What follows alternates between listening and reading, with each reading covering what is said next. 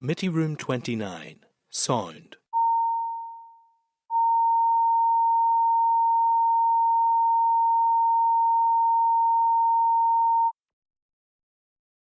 Committee Room 29, Sound.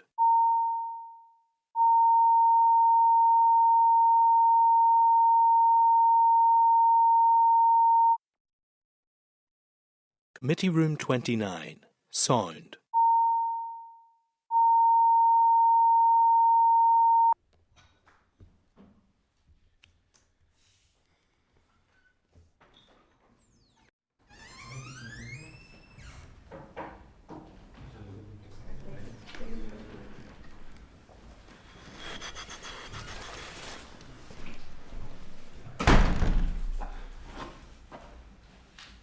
Okay, you're very welcome to the Committee for Infrastructure today, and just reminding anybody in the public gallery just to keep your devices on mute, and you will be aware of the gallery rules in terms of Wi-Fi network.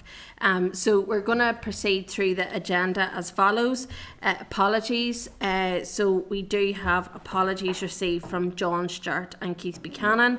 We will have Danny Baker, who is hopefully going to be attending the meeting remotely today.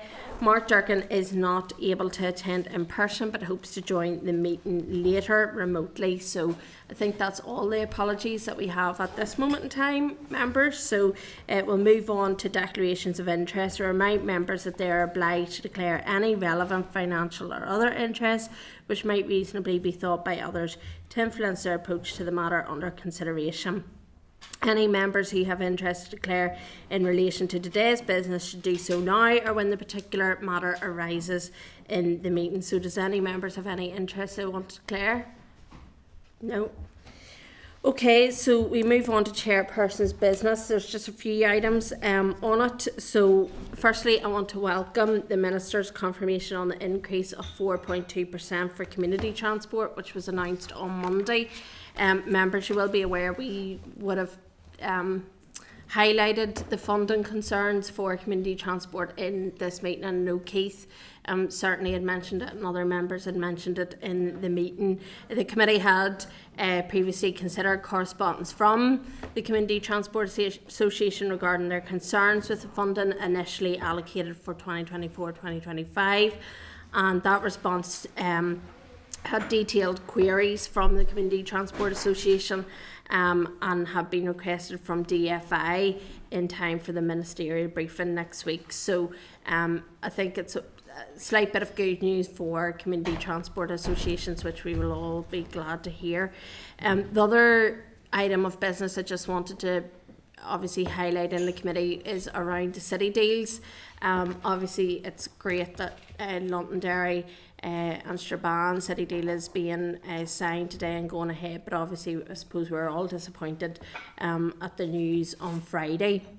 And then subsequently with Belfast and Londonderry, you know, it's great that those are unpaused, but I suppose there are question marks around the infrastructure side of some of the projects, certainly in relation to Forest Southern Bypass and Cookstown Bypass, which is part of the Mid-South West growth deals, and certainly we want to just check in relation to those details. So we do have the Minister coming up next week to the committee, so if members are content, we'll obviously raise the city deals with the Minister at that stage, just to find out where the infrastructure side of those city deals sit at this moment in time, and hopefully by that stage he will have some clarity on it.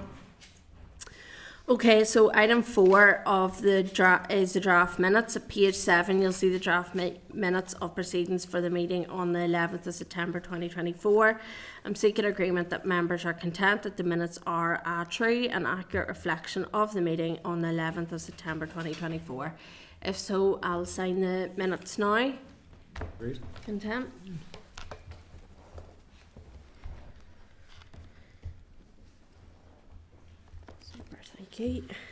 Okay, item 5 is matters arising. So I'm 4 members that DFI has requested a copy of the letter from the National Franchised Dealers Association Northern Ireland correspondence requesting an opportunity to meet with the committee to discuss the forthcoming zero emissions vehicles mandate. So I'm seeking agreement just from the committee to forward the correspondence to DFI. Are you content with that? Yeah. Great. Okay, so we'll now move on to item 6, which is correspondence. Page 24, you'll see the correspondence memo. At page 107, item 6.5 is the correspondence from the Committee for the Economy regarding a cross-committee informal event with stakeholders regarding planning challenges that they may face in association with achieving energy targets. And obviously we had a debate in the chamber just in relation to that yesterday, which I know some members did take part in. So I'm just seeking agreement or your views on the proposal by the committee from the Committee for the Economy, for a cross-committee informal event with relevant stakeholders. What's your thoughts? That's good. Seems like a reasonable Yeah. request to me. Yeah, happy to go ahead? Yeah. Okay, thank you.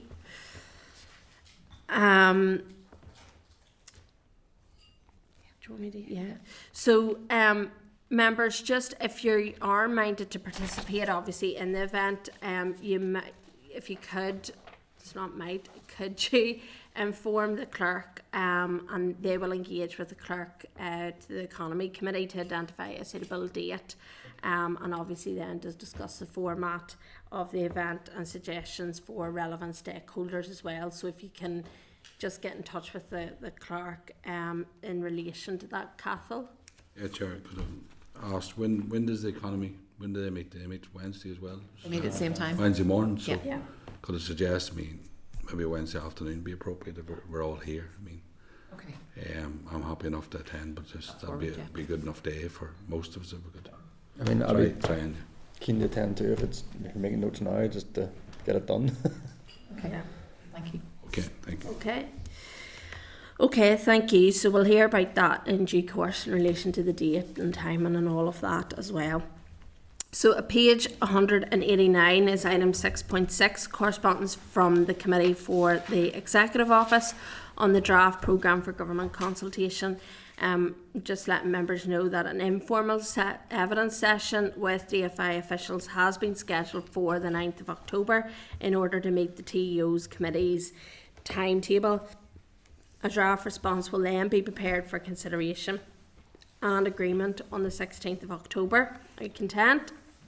At page 213 is item 6.9.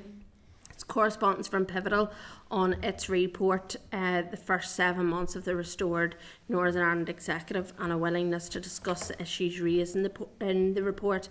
The report highlights a number of cross-cutting issues, but also some headline actions taken by the Minister, as well as Pivotal's assessment of the main priorities for the department. Notably, these priorities do actually coincide with the issues identified in our own committee strategic planning on road safety, generally including the A5 Western Transport Corridor, the planning system and our water infrastructure. So I'm just seeking members' agreement to note the report. Does any members have any comments or issues that they want to raise out of any other item of correspondence? Okay, so I'm seeking agreement that members are content to note the correspondence and the remaining actions suggested as contained in the correspondence memo in the meeting pack. All content? Great. Okay. Thank you, members. So we now move to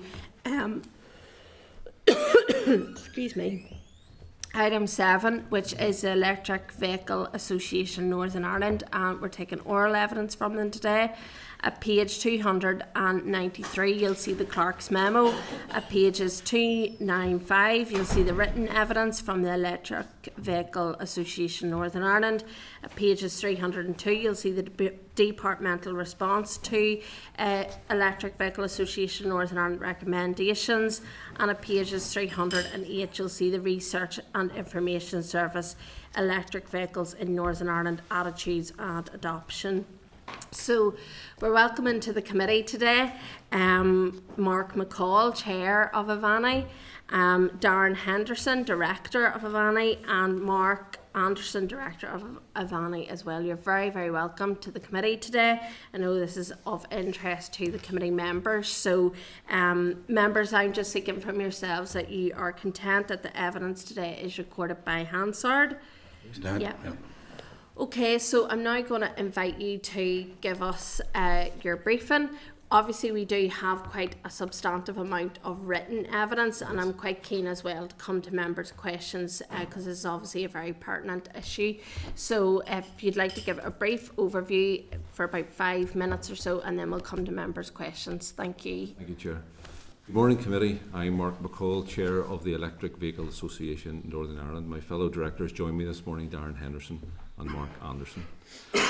Thank you for the opportunity to speak to you all this morning. I'll keep my presentation brief.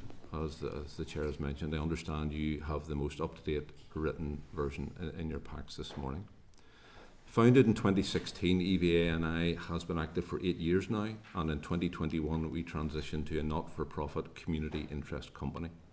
Our mission as a social enterprise is to promote electric vehicles in Northern Ireland and advocate for the interests both of users and the broader industry. Since incorporating, we've conducted over 500 stakeholder meetings, giving us a unique perspective on the local EV landscape. At the outset, it's really important to acknowledge the progress that's been made here, especially in the last 2 years. Northern Ireland has gone from having 20 rapid chargers for the whole of the province to over 150 today. So much has been achieved in a short period of time. And to many long-term EV drivers here, the public charging network is unrecognisable compared to just 24 months ago.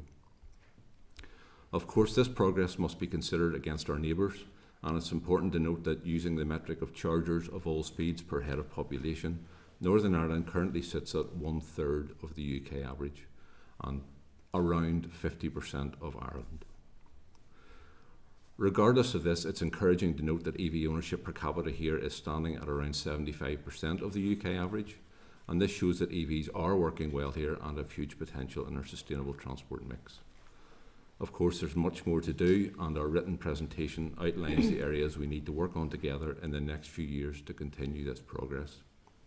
These include policies that enable the accelerated growth of our public charging network, things like planning policy to support growth.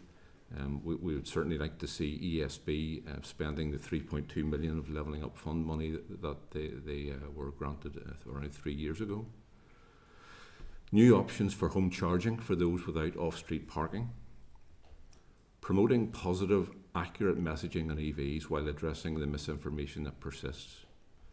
Socialising grid connection costs and installing smart meters, as well as implementing the zero-emission vehicle mandate. Our Climate Act has set out ambitious decarbonisation targets, and electrifying transport will be crucial to meet them. In many ways, it's the low-hanging fruit, especially given the challenges ahead in other sectors. We believe that these two quotes capture the importance of electric vehicles quite succinctly. The Climate Change Committee say the full transition to electric vehicles will be one of the most important actions to achieve the UK's net zero target. While the Sustainable Energy Authority of Ireland put it this way, nothing will deliver as much as electric vehicles in terms of direct carbon savings. So while electric vehicles are not a panacea, their role in reducing greenhouse gas emissions, improving our air quality and supporting our energy transition is vital. Many thanks again for your interest this morning, and we will be pleased to answer your questions. Thank you. Thank you very much. We greatly appreciate, and it was really interesting reading through obviously some of the written submissions that you'd sent as well. And we're very conscious that we do have climate change targets that have to be met. I suppose it's all about that modal shift and change in attitude is one of the main things. And I just wanted to scope out in relation to how powerful you felt that the task force was.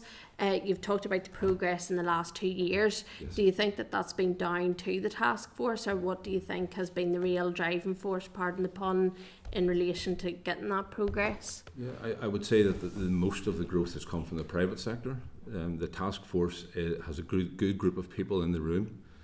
I think it's under-resourced. Year 1 in the task force we held monthly meetings. Year 2 we held bi-monthly meetings. This year we held a single meeting in the first 6 months of this year. So our colleagues from the department that work in the task force, I think are overworked, probably under-resourced. I think there's maybe 4 or 5 people on the EV team, and that compares maybe, I think I heard in one of your presentations, to around 20 that's working in active travel as an example. So the EV task force was working on a comprehensive EV strategy document back in 2022. It never made a quality that we could release, and it moved to a 6-point action plan that was released in the interim. But we have had no further output since in the last 2 years. So we would invite the committee maybe to review that 6-point action plan after 2 years. I think it's second anniversary is November this year. Let's have a look at those 6 action points, and then let's see if we can give that task force a little more in the area of resources and work on an EV strategy document. Certainly, thank you. That's useful for a committee point of view to even look at that, you know, once it comes up to that November as well. So the private sector is obviously going to play a huge role in relation to getting that rolled out, and obviously we have the mandate in terms of that coming down the track.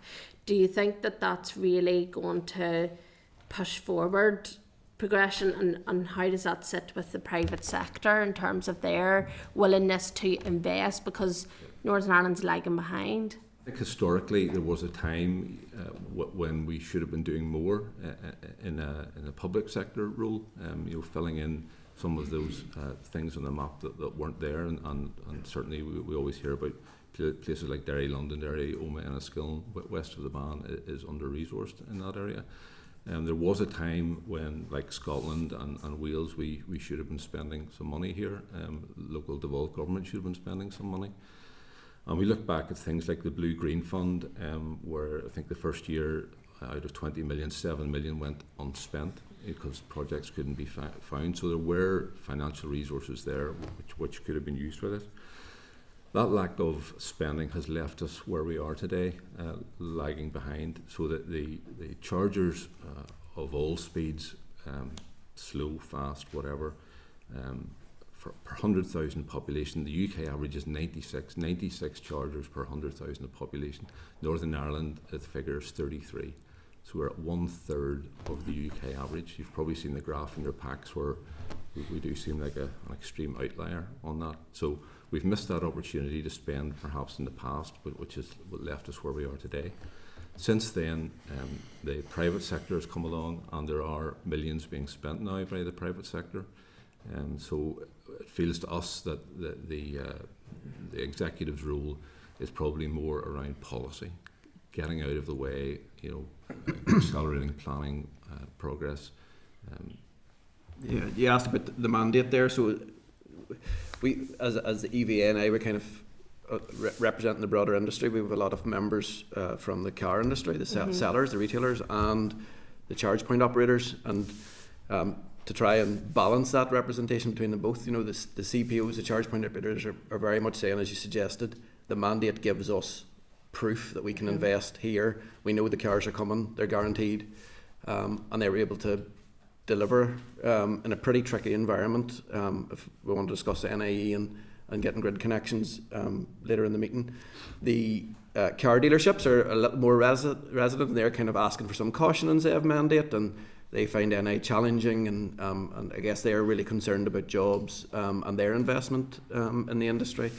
I guess as our key kind of policy is to get people into EVs, we're kind of backing the mandate.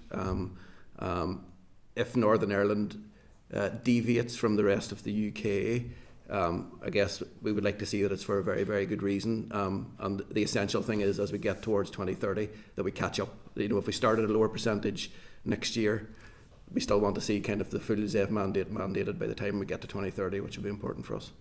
It feels like Northern Ireland's a special case, and we should almost be getting some sort of package of investment to let us catch up, as Mark says, with England, Scotland, Wales and Ireland, rather than sort of giving permission to lag behind for years to come. But as Mark also pointed out, speaking to the main car retailing groups, the big groups that we've spoken to over the last month, and leasing companies as well, there is caution there, and we want to see an attainable target for Northern Ireland as well. So just taking a step back there, you said about 7 million went unspent from that blue-green fund. What would that have represented in layman terms for Northern Ireland? Look at Scotland, Chair. They've spent around 40 million to date on rolling out a public charging network. They have another 50 or 60 million which they've committed to as well. I think that's 50-50 on a private-public basis.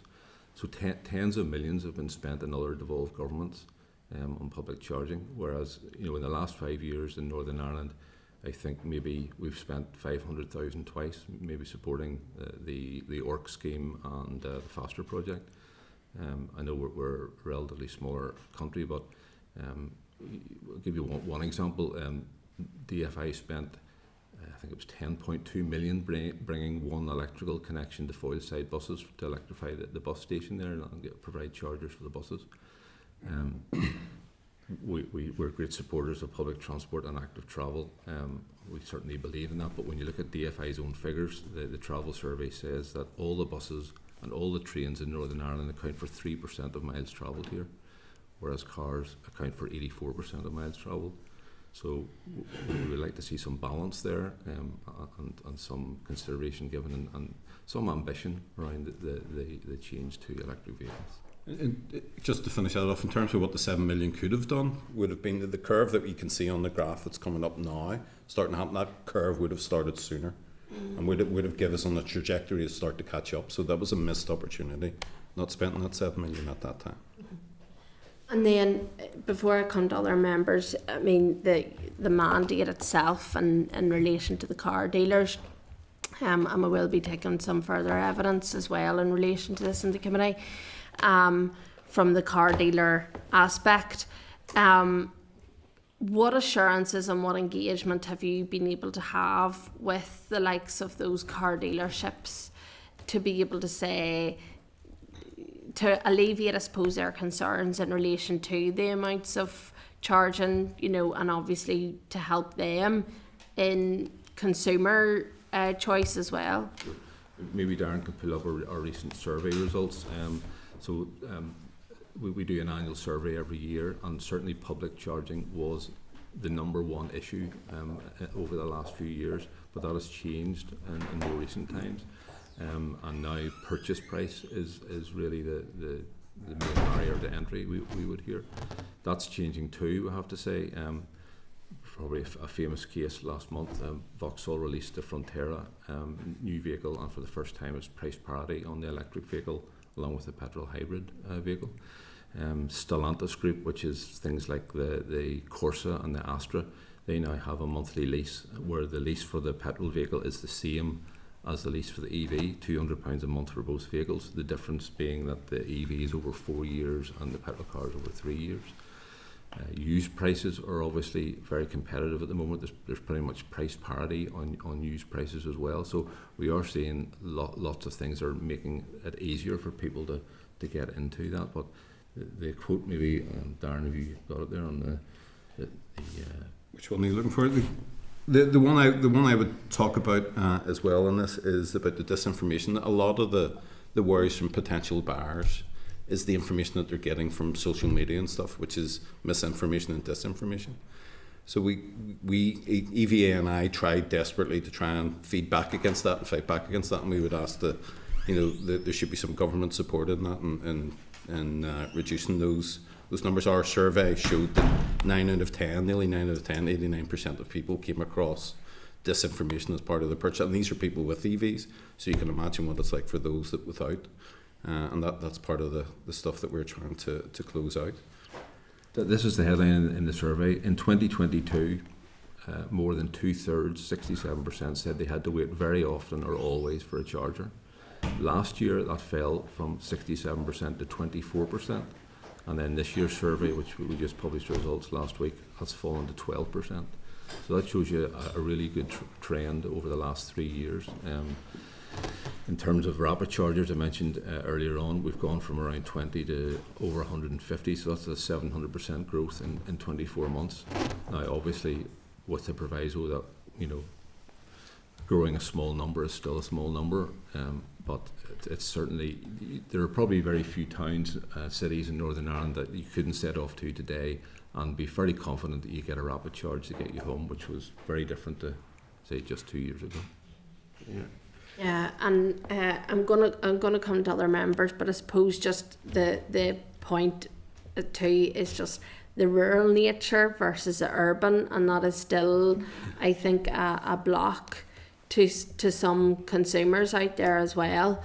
And you know, it is a difficulty when you're travelling distances from rural areas. So great point, and it is a bit of a myth that EVs are only good for short journeys. And Mark will maybe tell you about his commute. And I guess Mark mentioned earlier about the miles travelled. 84% of miles travelled is by a car in Northern Ireland, for that exact reason. I work in an office in Belfast. I live mid-Tyrone, or well, even further down than that. 62 miles each direction. I do about 20,000 miles in my EV a year. I charge at home because I'm lucky enough to have off-street parking. 84 or 5% of our survey members charge at home. That's where they predominantly charge at home. So although we're rural and that's difficult, it's also a benefit because a lot of those houses do have off-street parking. And one of the main points that Mark asked for in his preamble was start to actually, I think it's nearly the opposite. The people that are in cities, in terraced houses, are the challenge because they can't charge at home, they can't benefit from cheap electricity. And that's probably worth a discussion as well. yeah, hopefully we'll come to that in the course of the questions, but and come to Cahill first. Thank you, Chair. I'm glad you started off on the right point.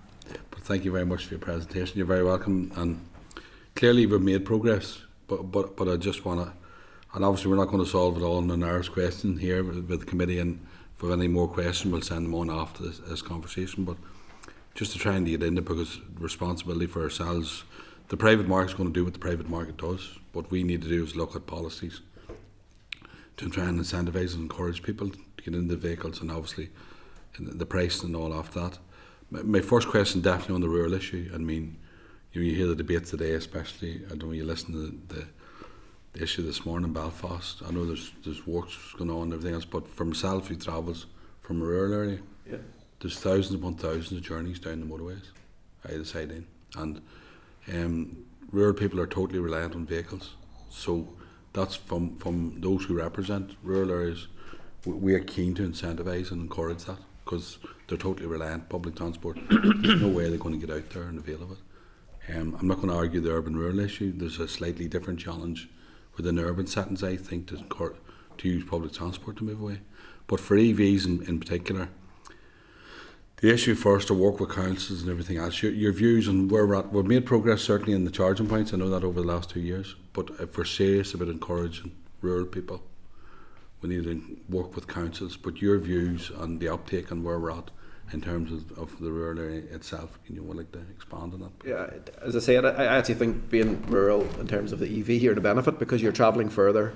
You can make huge advantages around the cost. So the cost to travel in an EV, 100 miles if you charge at nighttime electricity, when it's a discounted rate because the power stations are on and the wind turbines are turning and nobody's using power, we can charge, it's about a quarter of the price of diesel. So I think we worked out £3.50 to travel 100 miles in an EV versus £14 in an equivalent diesel. That was for like a Golf type size car. So you actually benefit if you can get the EV and you're in the position to put one on your street. You've actually got a bigger benefit because you're travelling lots of miles. So the running costs, the reduced servicing costs, and the reduced cost of mileage will end up being in your pocket. And yeah, as we said, the rural kind of thing is proven in those 84%. I think anytime I've tried to work out how long it would take me to travel to work on public transport, it's about 2.5 hours. I would have to leave the day before to get there in time. So. But how do we close the gap to get the people? Where's the players in the game beside policy? Do you understand me, to encourage people in that? And that's the kind of conversation we need to be having if we're serious about You know, one of the things that the retailers are calling for is perhaps help with buying a second-hand EV. Scotland have a grant now for if you want to purchase a second-hand EV, they kind of have an interest-free loan to get over the price cost. One of the main barriers to getting into EVs. That would be a policy that would be worth considering. I think also the misinformation. You know, people believe they can't, if they leave, they're going to have to stop on the way to Belfast. They're going to spend 4 hours sitting there charging. That's just not the case. I have public charged twice in the last 2 months, and each time it was for 4 minutes. So those would probably be the two main areas that would help with rural adoption. Just 2 more questions, Chair, because I'm mindful of all this. The other one I've seen there in the thing, and I mean, this is a bigger challenge for us, but it's something we've got to realise it's impacting, and we had a conversation yesterday for loads of different reasons, but the haulage industry, I mean, that's a big challenge. I mean, we know from rural areas that a lot of people have diversified, especially out in the open countryside, and a lot of them are hauliers now, and that's a big challenge. Where do you see the barriers, and where do you see incentives, or what we can do to encourage that? Our membership is broadly in the car world, Cathal, probably more than the commercial stuff, but it is a good question, and it's certainly something that needs to be worked on. We would notice, for example, in a lot of the EV charging facilities are going up. There hasn't been much thought given to commercial vehicles. Even light goods vehicles like small vans, we need to see more drive-through bays rather than sort of ones that you reverse into that are made for cars and things. So yeah, it's a good point, and I think it's something we need to look at. Oh, and it's right, it's not the panacea, but I mean, it's a step change towards what we're trying to do in terms of carbon targets. And my final point, and probably this is a bit misinformation, but we need to get out there. There's misinformation, or maybe not, I don't know, but maybe you'll be able to clarify the issue that people are moving back to diesel and petrol vehicles. I mean, that's a conversation that's out there. I'm not saying, I don't have no stats, but just your commentary on that, please. Well, I think we have some stats from our survey. Again, maybe Darren can pull up on our survey only asks current EV drivers. So this isn't opinions, this is hard facts on the experience of actual drivers, and the vast majority of them, their next car is going to be another EV. I think it's 83.5% of the people surveyed, so that EV drivers, as Mark said, are either likely or definitely going to buy an EV next again. So I think it's the opposite. The case isn't that people are generally are going back. The people that are said that they unlikely will get another EV is 2 or 3% of that number. And the same percentage are very either satisfied or very satisfied with the range as well. So that's an important factor for them. One of our committee members is involved in the retail industry in the Republic of Ireland, and funny, they said one of the dealers down there done a promotion where they basically give a car out for 24 hours. It was a 24-hour test drive, and it was their biggest uptick of EV sales from they'd done that. So the point being, if we can get people into cars to have a go at it, I think all of us got lent an EV whenever we took a diesel car in to get serviced, and we said this is great, and have ended up driving EVs. That's kind of the way of doing it. So that would be another thing for the retail industry to really consider about getting people into cars, and whether that's a local promotion through a council or the mobility scheme, which is quite important in Northern Ireland, and who drives cars in Northern Ireland. They're pushing very much to get their fleet towards EVs, and it's getting people into the car to make them committed. And finally, Chair, just a wee bit, because it's good. It's an interesting conversation. Say, in terms of if we were to replicate a model out there that's working at the minute, where would it be? Across the Isles or across Europe or whatever? Is there something out there for ourselves for the number, for the size, the island and everything else? Is there something? I guess the international kind of absolute gold standard is Norway, who are selling 94% of their passenger vehicles are now in EV. And how did they do it? They had a sovereign wealth fund that put loads of money into infrastructure, and that's a cold country, and EVs typically all cars have less range when it comes to cold weather, but it works over there. 94% of people cars sold now. Can't compete with that. Can't really compete with that. So that is Scotland, but Scotland, as Mark alluded to at the start, put millions into the infrastructure and supporting policies, and they're ahead of the pack in UK and Ireland. Thank you, and very rural area as well. Yeah. In terms of Scotland. Peter? Thank you guys for coming in today. Just a question that I wasn't actually going to ask, but I think misinformation has come up a couple of times now. And I remember a couple of months ago it was said, a random comment was said during the committee about some manufacturers are rolling back from their commitment to EVs. Can you expand on that? Are manufacturers committed still to run these out? Thanks, Peter. I think if you look at the ZEV mandate sort of target figures this year, it's important to say that I don't think we should focus in on any one manufacturer, because some manufacturers are less prepared for this transition than others. So it's important that we look at the industry as a whole. You know, brands like BMW, for example, are exceeding their ZEV mandate at the moment. So it's important we look at every player in the industry. In terms of that misinformation, I don't think we can underestimate it. It is one of the biggest challenges out there. A recent YouGov poll, 57% of the public out of a sample of 1,000 got 2 or less out of 10 in a question about EVs, asking them about battery maintenance, running costs, fires, all the nonsense that we hear every day.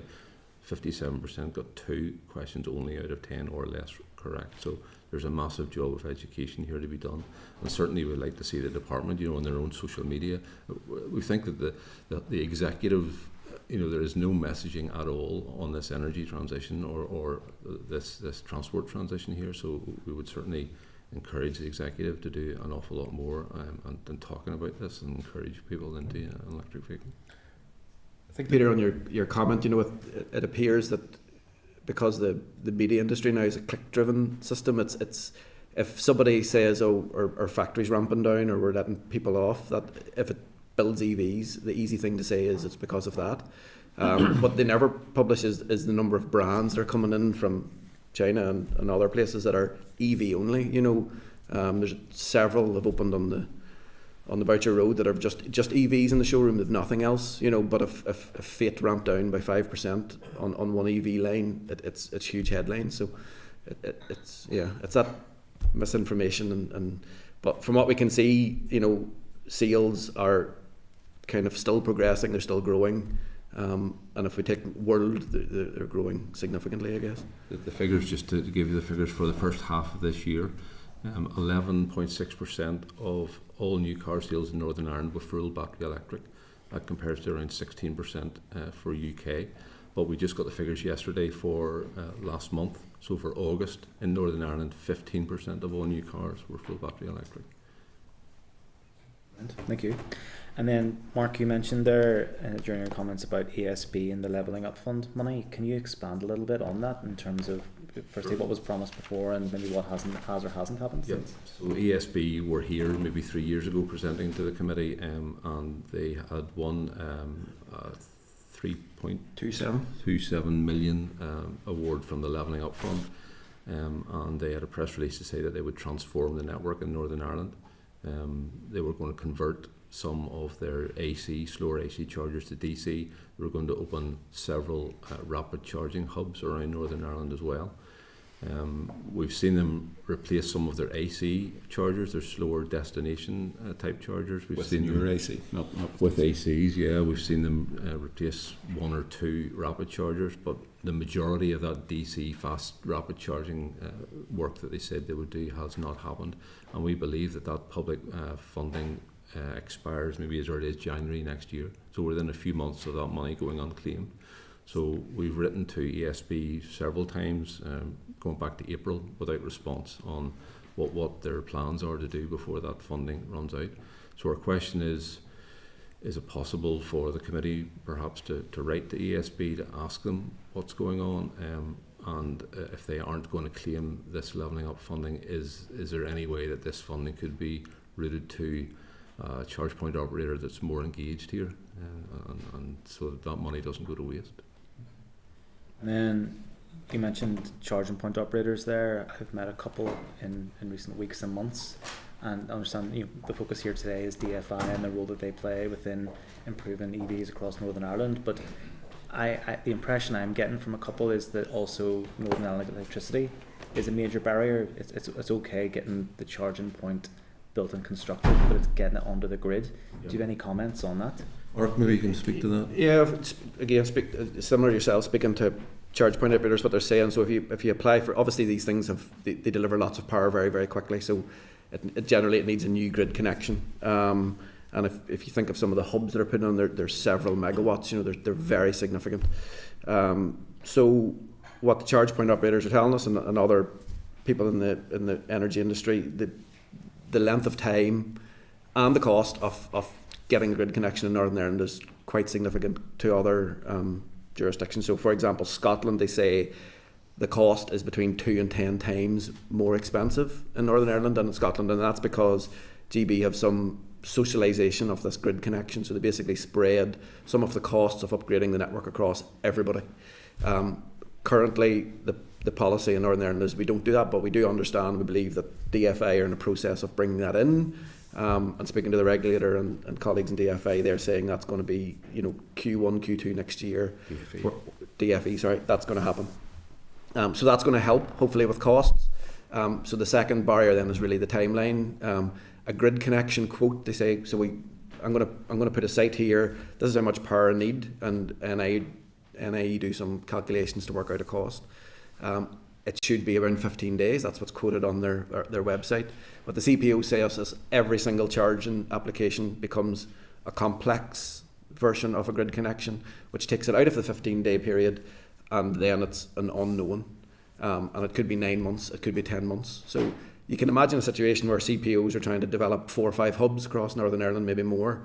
They've got lots of grid connections sitting in a 9-month or 10-month window, and then the price comes back and it's 7 figures, so that one's no longer viable. I have to put it in the bin and then find another one and wait another 9 months to get another grid connection. So we've even CPOs that have said the costs are bad, but the time delay is the most challenging. So I guess what we would love to see is, we think this is going to be the norm soon, so to consider calling these things complex and putting them into this long delay of grid connections, hopefully from an NE point of view, will soon change. So that would be something that could be speeded up. We've had kind of CPOs tell us that investment has come into Northern Ireland to develop. They've put salespeople on the ground, people to go out and find sites, and they've spent 6 or 9 months here trying to do it, and then they've just said that can't work, and they've taken that money back and went back to Scotland, England. Do you have any information in terms of how long it takes in the south or maybe in Great Britain to actually, if it's months here, is it faster? Well, so we had a CPO tell us this week that they had a reply from ESB in the south 10 days where they got a price. So they put in the application, 10 days later they knew how much it was going to cost them. And they're talking 9 months, 6 months, 9 months here. So I think it's important to mention that that NIE are waiting for news in RP7, and it's important that we back them and that they get the investment they need. Obviously the grid is changing massively over the next period, and so we need to make sure that those budgets that they've applied for are passed. We also would like to support NIE's call for investment ahead of need. So we're not always reacting in this country. We're not always, we're not always behind the curve. That we're growing the network sort of organically, and then that creates opportunities for industry and connection of renewables and EV charging. So the grid's going to undergo a massive change over the next decade, and it's really vital that we support NIE, say particularly around the RP7 funding. They're also putting online the maps of the existing infrastructure, so it should be, in theory, once it's released, it should allow some self-service so people go and look where the power is and then see if that's available. That'll be a great step forward as well. But the turnaround time, still, once the application is made on that, the turnaround time needs to be quick. Just lastly, Chair, that you said that they're putting that up online. Any ideas about timescales as to when that's going to be? Possibly the end of this year, I think. I've heard, Peter. I think as Darren says, it's like a system where you could drill down into a map, in a browser and see, right, there's capacity there, and click a few buttons and get an indicative cost, which would certainly massively speed up things. It would get rid of a lot of the applications that aren't going to be viable because they would never go there. One thing also to mention is that if this socialisation of costs things comes in on connections, there's talk that it'll be maybe April next year. We're going to see a massive influx, presumably, of applications for new cheaper applications. So factories and factories, renewable generation, all the rest. It's going to put NE under a huge amount of pressure, we think. So GB, Ofgem are bringing in policy to make sure a zombie application, they said, doesn't. So if you have an application and you accept it, that power generation is sidelined for you, but then maybe the project never makes financial close, so it doesn't get built.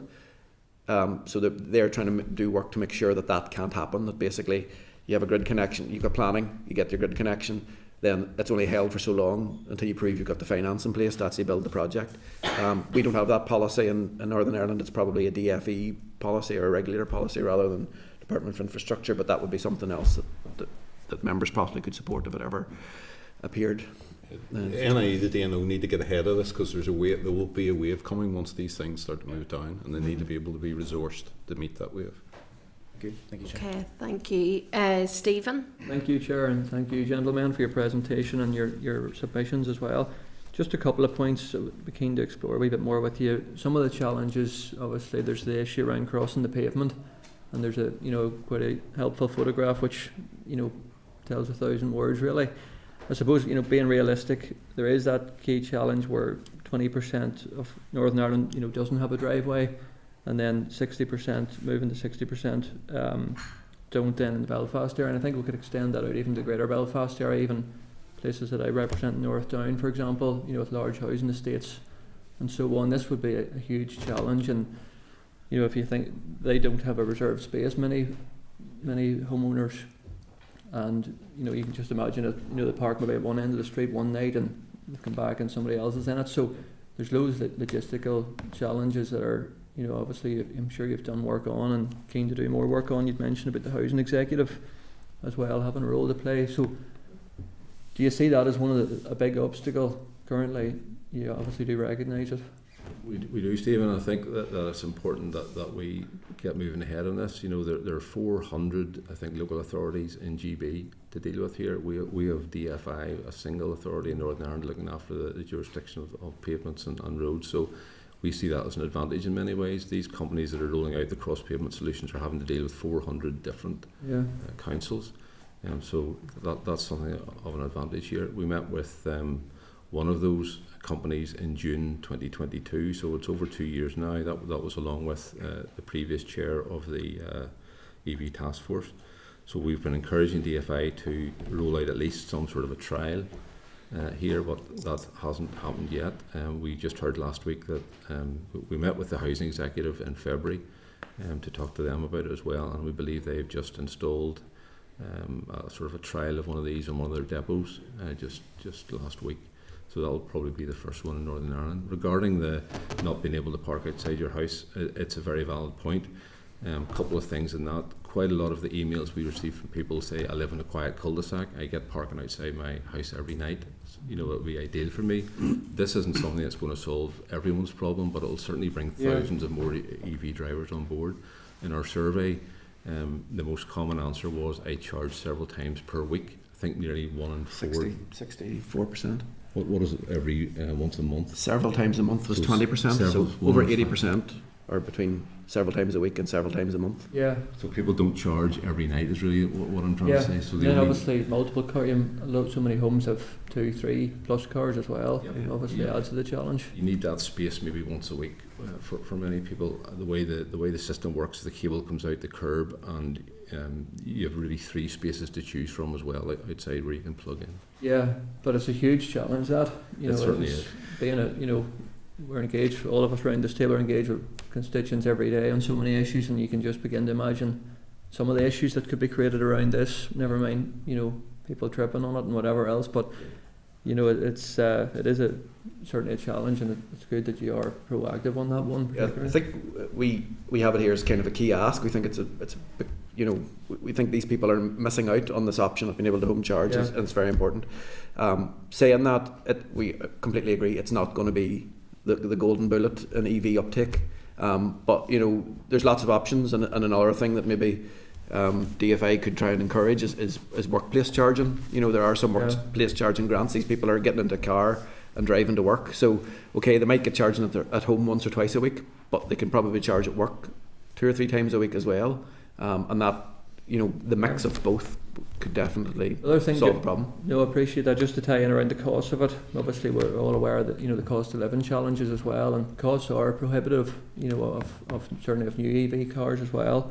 And I know Norway was mentioned, and I've been reading about that now more EV cars than petrol, but the GDP of Norway is around 3 times higher than the UK. So I think we do have to recognise that. But the average price of an EV car today, what is that, or is there any facts or figures around that for here? I think it's probably hard to answer the average price of an EV. Yeah. Mark said earlier, and this is kind of one of the things that we're talking to retailers about, price parity as it comes in. If we're only selling 10% of a product, we don't have critical mass and economics of scale. But a lot of the groups are working really hard. The retailers tell us it's no longer a ticket price that's important in a car sale, it's a monthly price. Yeah. So having the benefit of being able to maybe spread payments over 4 years versus 3, because your servicing costs are less, that can bring price parity per month in with EVs. Salary sacrifice through businesses as well, where people that are working can save on the tax, can bring price parity, very easily bring price parity to people for EVs. Running costs we've already spoke about. And I guess the other thing is the mobility scheme is you know, because we are a car-centred kind of area or culture, the mobility scheme here is quite significant. 47% of cars sold in Northern Ireland are through mobility. And mobility are driving really hard to turn that fleet into EV. Now they are coming on the same challenges we are coming on. People can't get charging at their home because they haven't got a parking space, etc. But you know, they are funding the cars. So if their goal is to get people into EVs, then it's kind of almost take some of the price issues away. Just on the price thing, Stephen, this is one of the comments on our survey that came out last week. 15,000 miles and 18 months in on my EV, no going back for me, clean, smooth, quiet and so easy to drive. In just 18 months I've noticed a massive difference in new, faster DC charging, especially in high quality multi-point charging hubs around Northern Ireland. Well done Weave, Ionity, Maxwell with others to follow. Great to see many more affordable EVs coming to the market, like the £15,000 Dacia Springs. That's a good one to mention as well. It's a brand new car, EV at 15,000. Yeah, no, I appreciate that. Just a final quick one, just in terms of the engagement with the private sector around, you know, obviously our modern petrol stations, which are in every corner of the country now, and I know locally some will have they've upgraded them recently with the new rapid systems. What about your engagement with, you know, the Maxwells and BPs and so on? How is that going for you? So we meet them pretty regularly, and the BP you mentioned is a good case in point, because it shows up. It's great, and they have 100 locations around Northern Ireland that they're in the middle of rolling out to. But they have had to use a charger which has a large battery on board, because they're going behind the meter. They don't have a new grid connection. It's so expensive and takes so long to get a grid connection. They're putting a charger in that charges up overnight with batteries and then provides charge to the cars during the day. So that's one thing to point out. Maxwell, another great example, local company that are making a big difference. And again, in our survey, the forecourts were the number one location that people are asking for charging. Okay, thank you. Thanks, Chair. Thank you. I suppose one issue that we haven't really touched on, but it was mentioned in your opening, was around planning. So I just wanted to check around the specifics and what you think really needs to be tackled there in terms of policy wise to help with rolling out. Yes. If I can give you one example, Chair, Mark can talk about it. We brought it up at the last meeting about one council area in Northern Ireland that's using 30-year-old DOE document guidance to stop chargers going in where they're really needed. So this was I'm not sure they were a CPO, but they were probably a smaller developer that wanted to basically place a charger or a number of chargers at a site, a shop or something. So they had a PAD pre-application discussion with the planner. And the result of that was the planner said, well, there's a 12-mile rule that's in a policy IC 15, which was a DOE document, which basically stated that service facilities couldn't be within a 12-mile radius. Now, everybody's probably thinking, I can think of 2 petrol stations beside each other, so that hasn't transferred. But that's just an example of where a policy was picked up by a planner at a local authority and used to prevent this planning application going ahead. It sounded like that's what they were going to use. So that would be an ask that, you know, if that might only be one council area, but it would be an ask that the possibility that planners could be informed that would be something not to use against EVs, because they should be EV chargers. They should be in every kind of park and ride and petrol station and shopping centre. in our view, that's what's going to be required. I guess that, and maybe, you know, a green lane through planning for things that are going to help us achieve our Climate Act targets. You know, something. I could send you details on that. That would be great if you could, because I was actually Mark McCall, you picked up there on the point that we've heard in this committee some people saying, you know, about having a green lane to be able, in terms of planning, to be able to meet the targets and I suppose government policy that we have at the moment. So is that a barrier to, in terms of planning policy, is that a barrier to the investors? Because I recognise this is also private sector, so is this a barrier for those investors? You know, we've heard a wee bit about, you know, some people pulling out there, so that case that Mark gave earlier on was a good one. You know, a company that had come to Northern Ireland and set up here and employed people here and literally couldn't spend the money they wanted to spend. You know, and after a year of not being able to get a charger in the ground, said we're going to Ireland or we're going to GB. You know, Northern Ireland lost that investment because of the delays and things like planning. So it's vitally important. Another thing that we hear from the CPOs is there's permitted development rights to install a charger, but those permitted development rights do not include the cabinet that supplies the electricity to the charger. So quite often they have to put in for planning permission anyway. Okay. I'm sorry, Andrew was trying to get in, but I think Cahill was looking. Is it on this point? On this very point, Chair, because I mean, you know, like I said in some of my opening remarks, I mean, we can do our bit from a legislative point of view and policy, but unless all the players are on the field, we can't do nothing. So those things you mentioned with NAE, you know, if you build a house in the countryside, you can't connect to the water. So we're having more mature conversations. These people need to be in. The private sector needs to be in if we're serious about it, because the only alternative to that is to use a big stick and bring in legislation to force people, and that's what we don't want to do. So, Chair, just in answer to that's a good conversation you brought up. We need all the players on the field, and we need them all in here talking about how we can go forward with it all, because that's the only way this is going to work. And I think there has been a change over the last 5 or 6 years. Maybe it's because of COVID, whatever, but there's been more engagement right across the sectors. But there's no point in NAE sitting out saying we'll do our bit and we do policy. We need a collective, and I mean, I think conversations like this start the process, and hopefully that's the way we need to go forward. Thanks, Chair.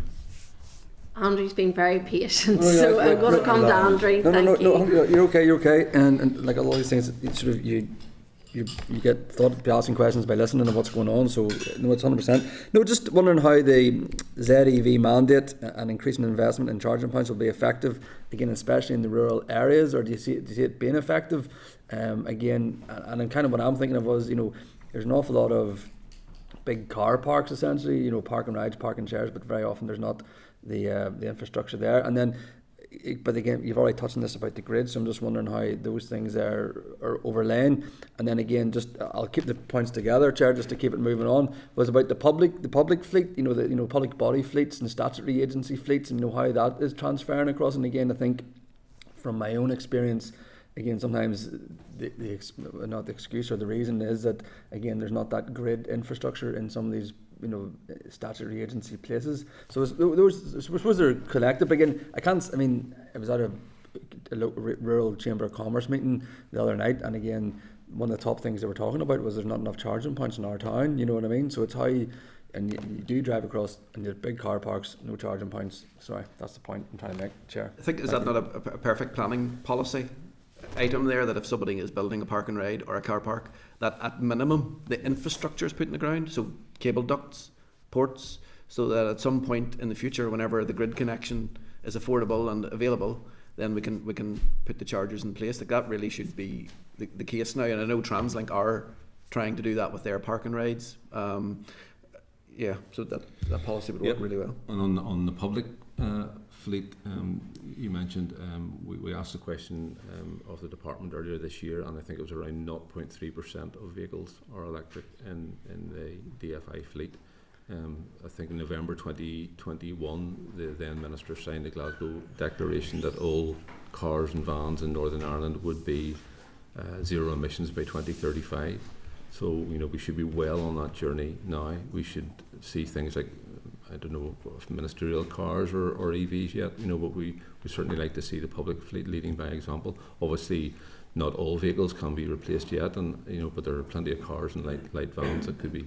Just by way of comparison to Scotland, in Scotland, 81% of government vehicles in Scotland are plug-in vehicles, not necessarily pure EVs. It could be plug-in hybrid vehicles as well, but 100% of ministers' vehicles are electric.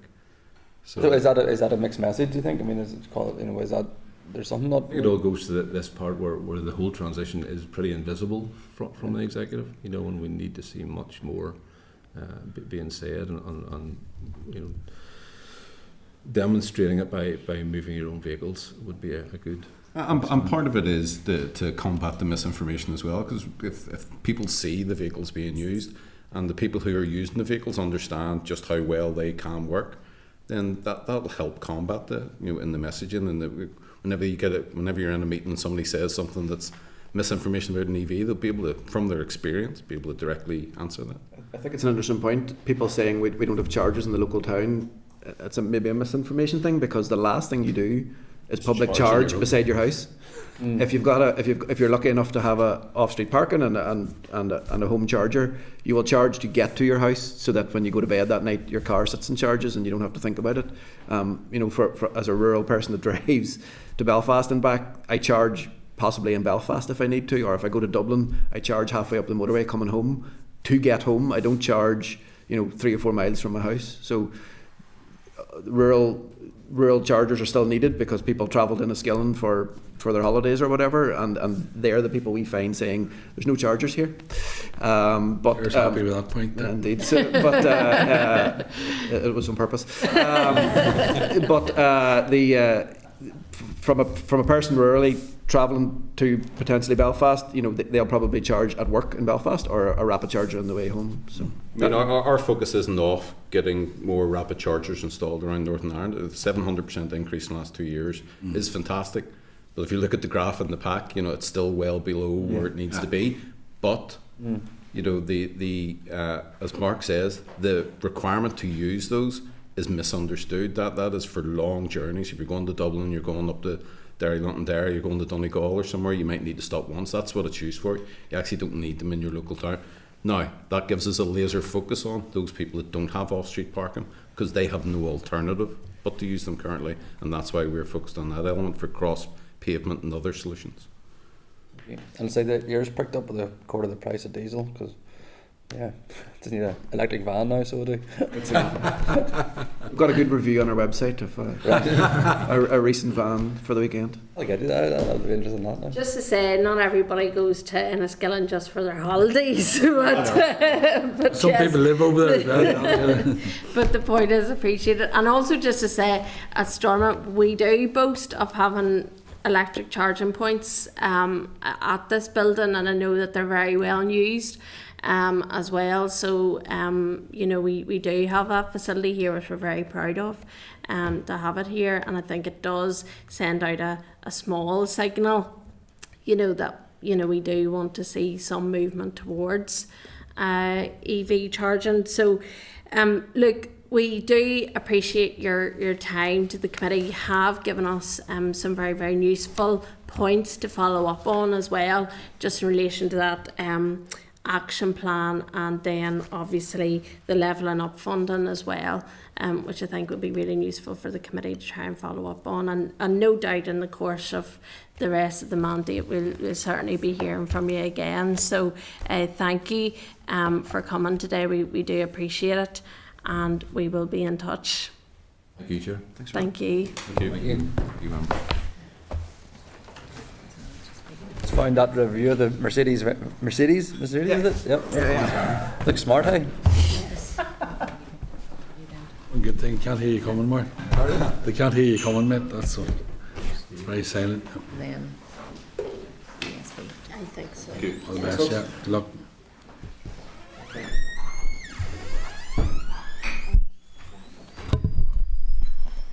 Okay, members, we just if you could bear with us, because we just have a few minutes just for a changeover in terms of our witnesses coming in next. And we do have a VIP member, I understand, in the form of a guide dog coming in today, which I'm very excited about. Clyde, the guide dog, so he's coming to see us today. I'll have to refrain from trying to get up to... Oh, no, there we are. Jared, just following on from the last conversation, obviously... Hold on 1 second, Stephen. Steve, we just need to bear with us just to see 1 second. We might have points to agree on here.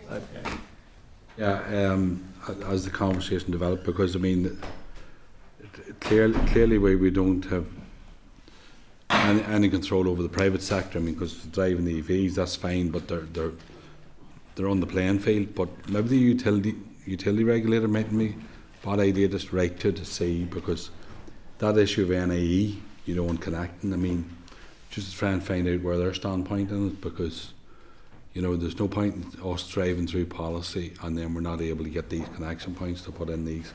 So the utility regulator, I think, wouldn't be a bad idea to write them to ask their views and going forward and in relation to this policy itself and how we encourage it. I mean, there's no harm, because they have responsibility in terms of the pricing and that. It's just how we formulate that wording, probably. Peter, did you want to come in there? I mean, I wasn't going to come on the specific point, but I mean, I think Cal raises a valid perspective there. I mean, we're dealing with the infrastructure side of things, but economy has a really important role as well. Northern Ireland Electricity, is it possible to get them in front of committee, because we're talking about something that they're a part of but separate from, if you know what I mean? So is that an option, maybe get them in at some point over the course of the next couple of weeks or months? Yeah, I would say that in terms of utility reg, or who is it that you want to bring in? Electricity. Oh, Northern NIE. Yeah. I agree with Catherine's point though about utility regulator, absolutely. Yeah. See, because yes, and we could ask NIE to see what they're doing, but ultimately for ourselves, the utility regulator that's our call into them. But I don't mind having them in. You know, you got to understand the process, how this all works. You know, so I don't mind. These are players in the game as well as everybody else. I mean, we can ask private sector in. You know, we can ask views on what's been done, especially, you know, they're driving the market, but we're sitting here listening to people who's come to us who look at policy. We need to understand everything and how we develop. But like I said earlier on, and say they're a carrot or a stick to incentivise, or say that they bring policy in to ensure that all these people play the game. So it's a good conversation. But like I say, I think the utility regulator is a good point, and if NIE can come in and answer some points on what they're trying to do to increase whatever it's a substation or power points or connection right across each council area, 100%. I mean. So would you like to bring them both in together, or just so that we're clear in relation to... Well, we could bring both in, the utility regulator. Not at the same time or anything, but I mean, I think they both have a really important role to play. Yeah. Members, are you content with that approach? Yeah. Happy enough, yeah. Okay. Excuse me, sorry. And then just secondly, apologies, Chair. Mark had mentioned about something that was previously discussed at this committee. I think, was it 3 years ago we'd said about ASB and the levelling up fund money, but there's an expiration date for that. Is it possible to write as a committee to ask about what the status of that actually is? Yeah, so those were the 2 points that I'd raised. I think there were 2 very clear asks there in terms of what our committee could do. One of those was obviously writing to check up on the levelling up fund and where that's going to go, because January will come round very, very quick. And then another point I'd noted down was the 6-point action plan from the task force, which they said was November. So those, if members are content, we'll follow up on those 2 action points from that evidence session. So are you content with that? So we have the ESB levelling up funding in terms of how much spent and all of that, and then we also have NIE in front at some point of the committee, and what they're trying to do in terms of increasing across councils, and then we have the utility regulator in terms of what their view is on connection and how it can be connected. So we're content with all of those. Yeah, absolutely. Yeah. Okay. Thank you, members, for that. Sorry, Stephen, thank you. It was just to agree those points. Thank you. All right, so next on the agenda is we have the provision of Class B private hire vehicles, inclusive mobility and transport advisory committee, IMTAC, who are in today to provide oral evidence.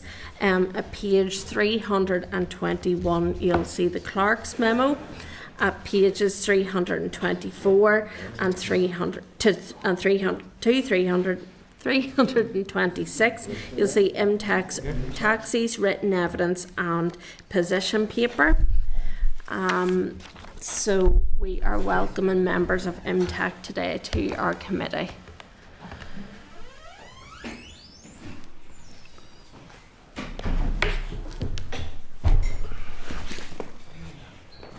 There you go. Do you need your iPad?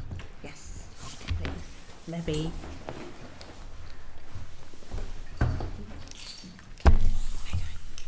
There you are. Thank you. Hello. Good morning. Morning. Welcome to the committee today. You're all very, very welcome. I must say I am very excited to see Clyde. I think I've met Clyde before at another event. No offence to the rest that have joined today, but certainly Clyde has already become one of my favourite attendees to the committee meetings so far. So Clyde's up there. So, but we're welcoming June Best and Clyde, the guide dog. June, you are Vice Chair of IMTAC. We have Michael Lorimer, you're Secretary of IMTAC, and we have Dermot Devlin, IMTAC member and convener of People, Streets and Places Working Group IMTAC. So you're very, very welcome to the committee today. And just while Clyde gets a wee drink there, I'm just seeking agreement from members that the evidence today is recorded by Hansard. All content with that? Yeah. So we do have some written evidence that you have provided to the committee, and we thank you for that. And I'm going to give you a brief sort of 10 minutes just to introduce yourselves and talk about the issues in relation to taxi provision. I'm very keen to come to members' questions as well on this issue. So I'll let you give us your brief opening statement, please. Thank you. Could I ask, because I can't see anybody, do you mind doing introductions Absolutely. around the table, please? Yeah, absolutely. I'd be very grateful. Absolutely. So we'll go to my right-hand side, Cahill. On this side, Cal Boylan, Sinn Féin MLA for Newry and Armagh, and member of the committee. Peter McReynolds, Alliance MLA for East Belfast. Andrew McMurray, Alliance MLA for South Down. I'm Deborah Erskine. I'm chairperson of the committee. Stephen Dunn, MLA, DUP, North Down. Thank you. So that's everybody that's in the room, and then we have on screen joining us is Danny Baker, who's also member of the committee today. So hopefully that will help, June. Thank you. Well, thank you all very much for giving us the opportunity to come today and to give you some facts about taxis. And taxis are really, really important for deaf, disabled people and older people on many counts, but usually it's a personal service, it's a door-to-door service, and it also is convenient because there may not be transport, other public transport available when you can order a taxi if you've got to go to appointments or work or employment. But transport covers every aspect of our lives, whether it's social, whether it's work, whether it's leisure, whether it's education or health, and we all need transport. It's not in, isolation. We don't work in isolation. It has to be. Transport is so important for everyone. And the taxis are really, really important for disabled people for the reasons I've mentioned there, the time and the place. Maybe there's no other connectivity to the big transport links, or the bus or the train. And everybody's been aware of the new Grand Central Station and opening, and although it's got its problems, and we will be sorting that out.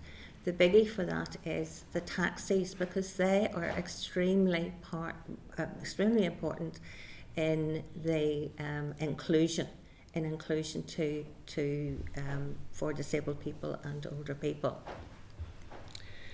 As well as that, I have to say that way back in 2008 there was the Taxis Act, and the Taxis Act was to look and make taxi services more available and inclusive for disabled people, deaf people and older people. And I'm afraid that the Taxi Act, which was meant to improve services, actually it didn't do that in many ways. And we not only had feedback from the taxi drivers, kickback actually from the taxi drivers who were so concerned about the fact that there were licensing rules, that they were taxi vehicles, and importantly the WAVs, which are wheelchair accessible vehicles.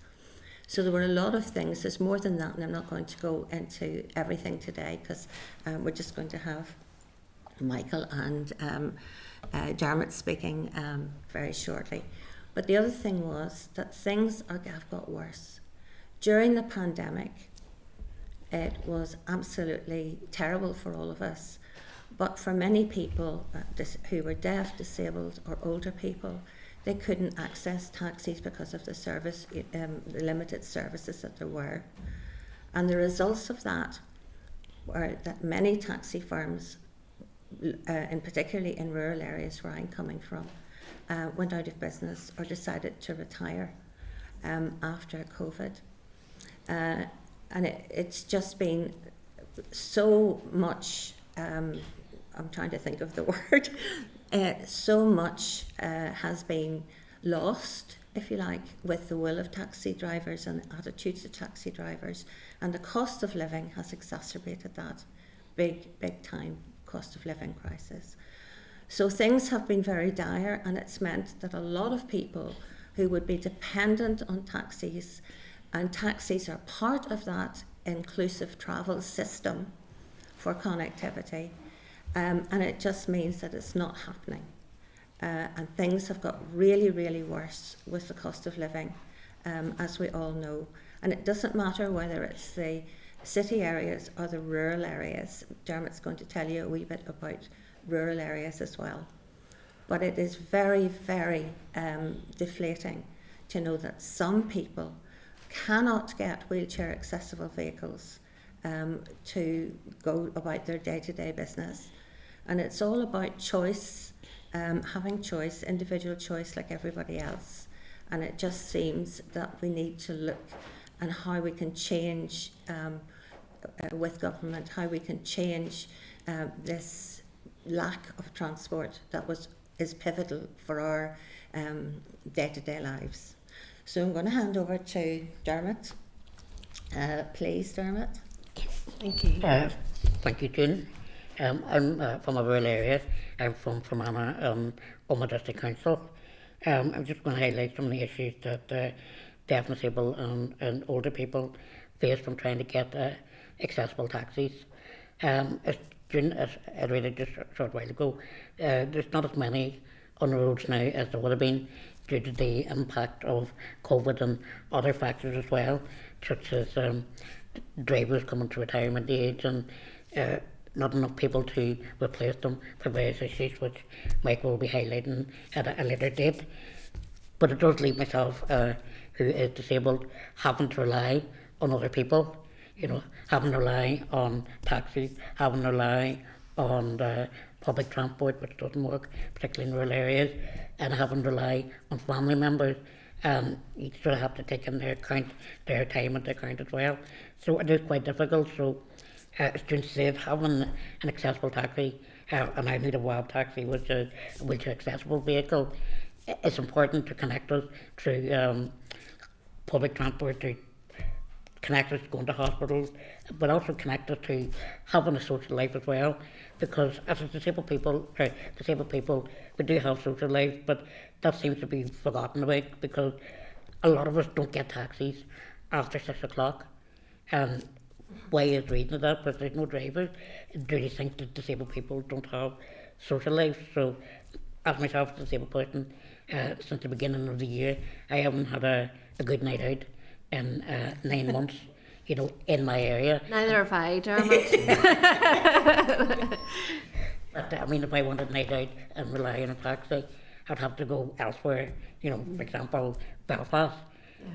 And even that creates its difficulties, because I was in Belfast quite recently and I wanted to pre-book, because when you're disabled, you know, you don't trust, you don't have the luxury of being spontaneous, going, I want to get a bus now, I want to get a taxi now.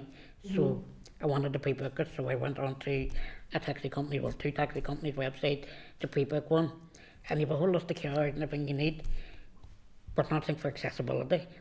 So I contacted them saying that there's no accessibility. He said, we took that off the website, you have to do it through the phone. It was quite frustrating.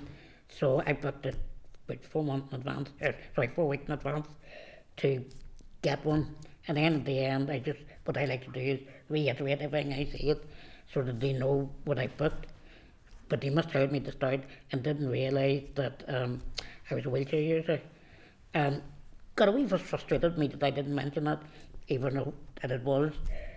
But it told me that wheelchair users can only book 2 days in advance, unlike non-disabled people who can book so much in advance.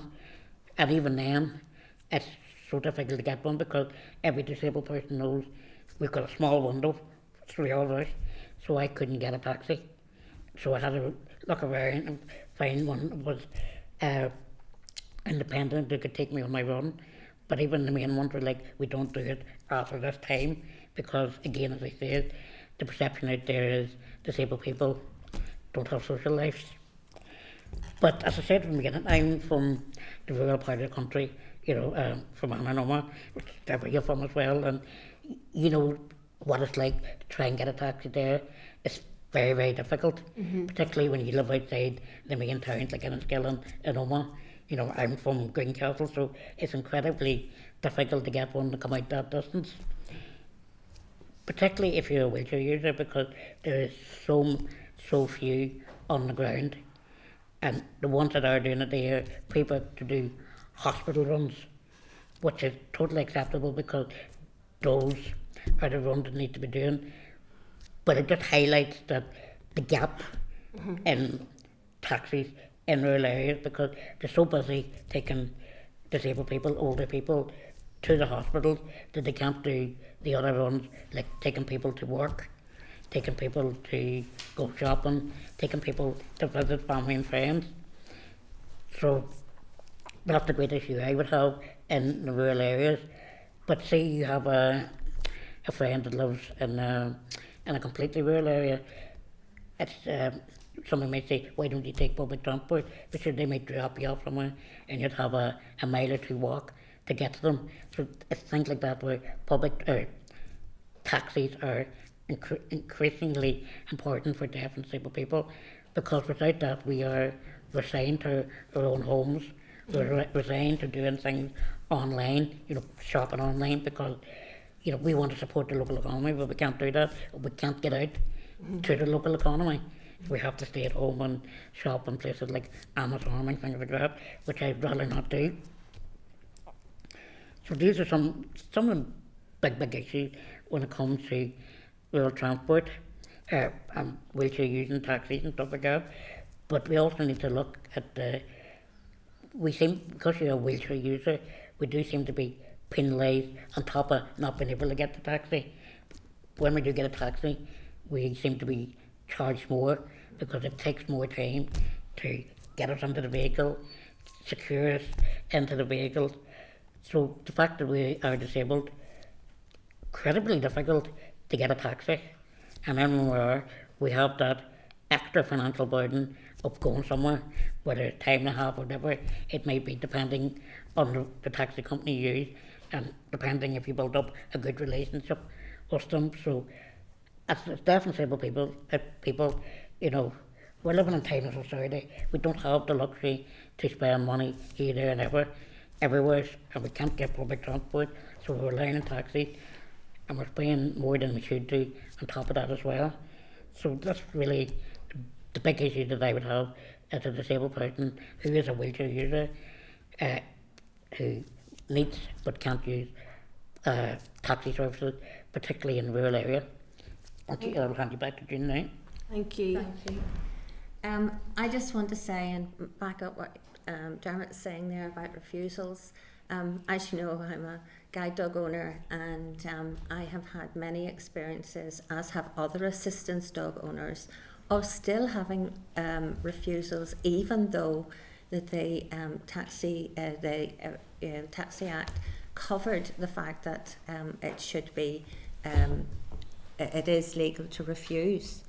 But there are no prosecutions that I know of, and I've looked up extensively for that. And that in itself, I have to tell you that I moved into a village out of a rural area for the very simple that I was spending an absolute fortune on taxi fares. No matter where I wanted to go, I had to get to the train station. There was school buses in the day, but that was it, one there and one back. So again, I needed the taxis and the availability, because taxis take contracts, so they have airport runs, and there's lots more than this, but airport runs and school runs, which make, you know, this cost of living crisis where, you know, taxis are trying to make a living, there's fewer of them. And that means that they're all trying to get more money, regular money, through contracts. And therefore, I can't get to an appointment at near 2:30, say, to the Lagan Valley Hospital, for the simple reason that the taxis are out bringing children home from school. So that's also a problem. But I will tell you about an experience that I've had with taxis. There was one taxi driver was called. He came to pick me up. I was at a conference in a hotel in Belfast, and he came, and I have to be honest and say I've never been so affronted. First of all, he was going to take the dog, and I pointed out that no, he couldn't refuse the dog except on grounds of medical considerations, etc. And so when he realised that he was going to have to take the dog, he went to the boot of the car, said, "Stay there a minute." And he brought out a really, really old, like curtain kind of material. And I thought he was going to put it on the floor, but he put it on the chair as well for me to wrap around me and the dog. Now, that is not acceptable. And I did explain to the company, and I got an apology from the company, and I was told that that driver would be getting in touch with me. But that's only, that didn't happen. Again, there's no, if you like, nobody policing it or taking it any further. And there are all sorts of incidents like that. For example, I had ordered a taxi to pick me up at Lisburn Leisure Centre, and I came outside with a friend, and the taxi was ordered, took one look at me, she said, and at the dog, and whizzed, was slowing up to pick me up, and just put the foot in the accelerator.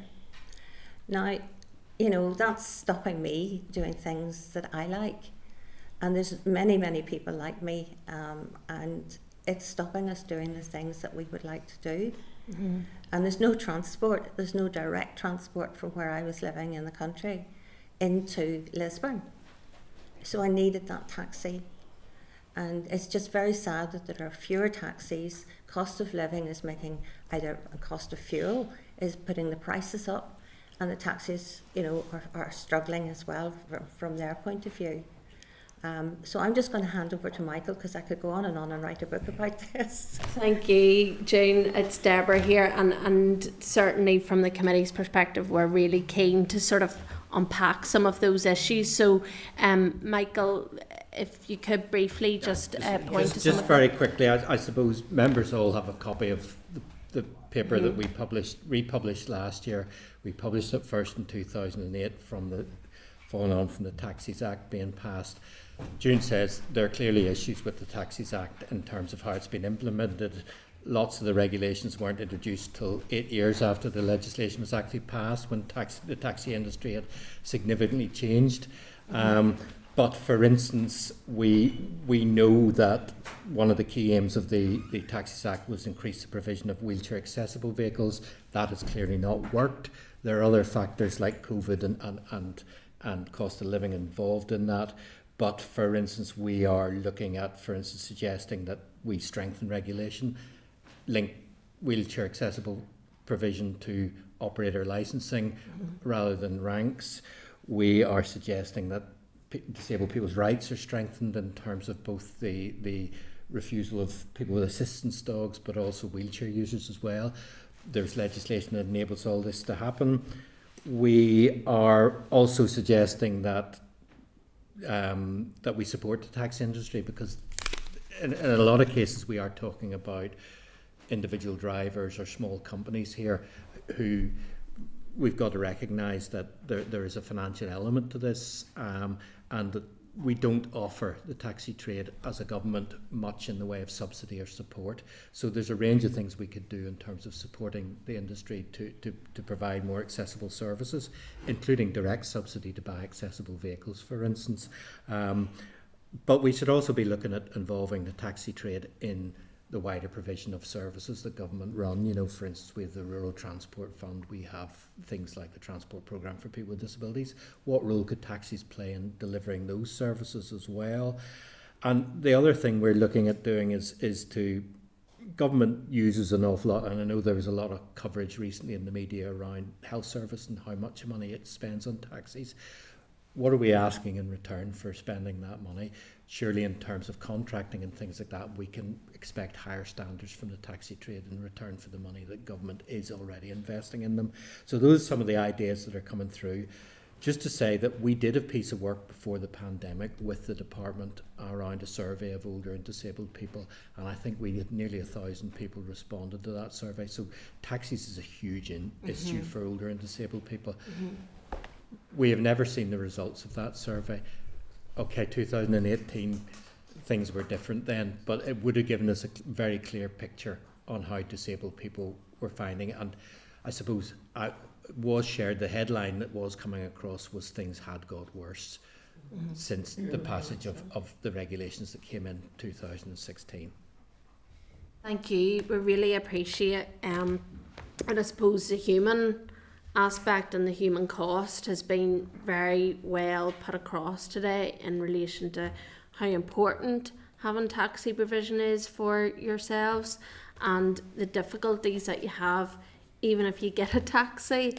And you know, June, you just described a very upsetting incident that had happened yourself, but and I think the point is, the sad reality is that's not unique. And it's certainly something that we want to try and, you know, even today from this committee send out a message, you know, that I'm assuming that there will be people that will be tuned into the committee meeting today, but certainly even in our conversations going forward, that decent humanity, I suppose, can be put across to people as well in relation to how they act and interact with members of the public. We do want to come to some questions just a bit more specifically in relation to the regulations, and I just wanted to scope out, if I could, in relation to, you know, what further information on the proposal to link the provision of wheelchair accessible taxis to operator licensing. What proportion should be wheelchair accessible taxis in your view, and do you think that this should be targeted to specific areas? I mean, Dermot, you talked about the rural area and we know very well what that is like, and especially from your point of view as well. So if you could just give a wee bit more information in terms of numbers and what you think is needed in terms of proportions. I hand that over to you, Michael. Yeah, I suppose it's obviously anything like this has to be linked to the size of the operation in terms of the, and I suppose we are largely talking in terms of the main benefits being in urban areas where you have the large taxi companies. So it does leave that element here in terms of how do we improve rural access to taxis, and I suppose that's where we're probably more focused on the subsidy element and government supporting rural taxi companies. But certainly the larger operators, and again, it's quite complicated, and I know some people around the table here have been involved in these conversations, not looking at Cahill in particular, for many, many years. It's quite complicated in terms of the way operations are set up and the employment status of drivers and things like that. But certainly the larger Belfast firms should be required to provide a certain provision of wheelchair accessible taxis as part of their operator licensing, and then it would be a sliding scale in terms of the size of various operations, so but I say it does leave that question hanging there about how do we do it with small rural operators who are maybe one person or a small number of drivers. Do you have a proportion, what would be your ask in terms of proportion, like a figure in terms of that wheelchair accessible taxis when you're looking at the urban element there? I suppose it's difficult to say in terms of that because of the getting a clear idea on the size of fleets and things like that. But certainly it is something that we could look at in terms of developing something that means that the operator provides a level of service that disabled people can rely on, because currently they can't. It's a matter of, Dermot said, phoning and being told there's no services available. We know there are vehicles out there, but they are just never available when wheelchair users need them. The other thing we do need to tackle too is the public hire situation in Belfast, or the Class A situation and the Class B situation, because of there are serious issues with accessibility of those vehicles too, and the availability of them too. We had a case a couple of years ago of a wheelchair user coming to Belfast and being refused by every single black cab operator or driver that he approached. So there are issues there as well. Yeah, absolutely. That need to be addressed too, because on paper in Belfast there are an awful lot of accessible vehicles, but they are never available when disabled people need them. In terms of Class B licences and the estimated need to meet demand, how does Northern Ireland compare to other jurisdictions? Where is doing it well? Where's a case of best practice? Yes. I suppose we're part, I suppose, of a group of. We have a liaison committee that works across the UK with our advisory bodies from Scotland and England and Wales. So I would say, in a sense, that there's nowhere doing things particularly well. That some of the issues we face are faced by disabled people across the country.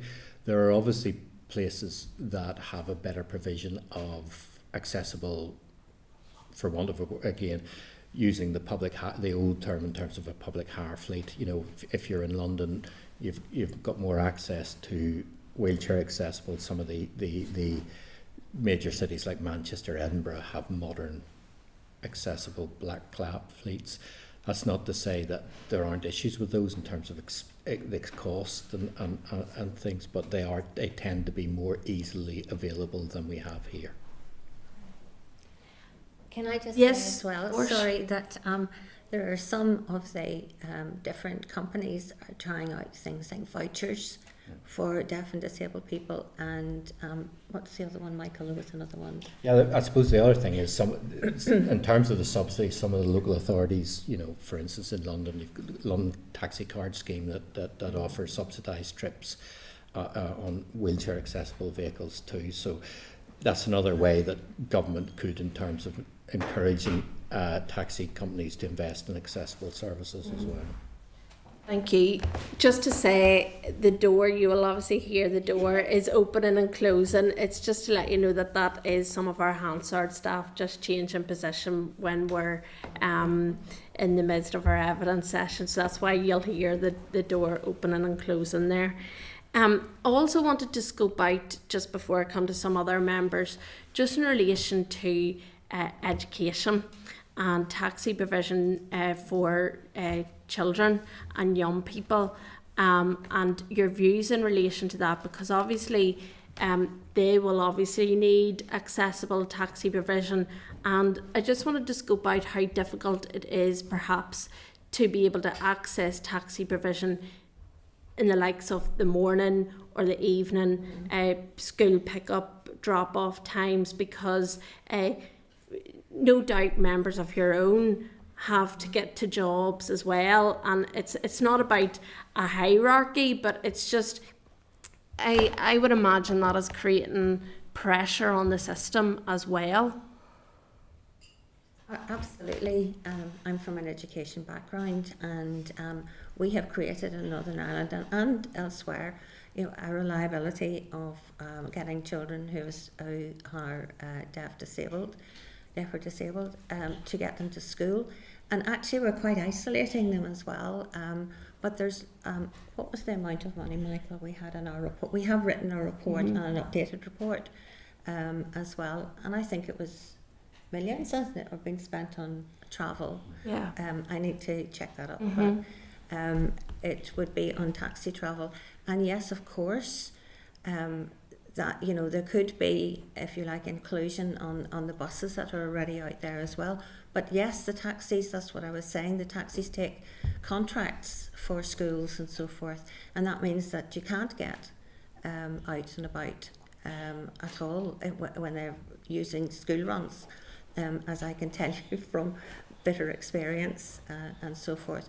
But the taxis are used. I know parents in my rural area, the parents had got together to hire a taxi to bring a few children to school together, because it seemed nonsensical that one member of the family who was deaf or disabled, had an impairment or difficulties, they were taken to school on the taxi, but the rest of the family had to wait on the school bus. So that's what we have here. I don't know how extensive it is, and maybe that's something that we could look at. There was looking at combining transport. It's all of what I call the inclusive transport system. That those taxis are really, really important within that.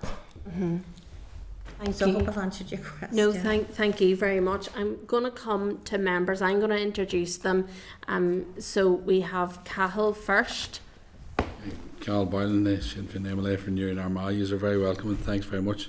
Dermot, if I hadn't known you hadn't the night out, I could have invited you up to Armagh to celebrate us winning the Sam O'Brien. Unfortunately, I could have sent you a bus, could have sent you the county bus. But no, and Megan, you mentioned, I've been a long time at it, and the intention of the Act was about operator licence and everything else. And I'm not going to rehash the story. What I am slightly disappointed is there was good intention to try and bring things forward, and looking at it now, before we get to a couple of questions, and maybe to get to the crux of what we need to try and do as a committee.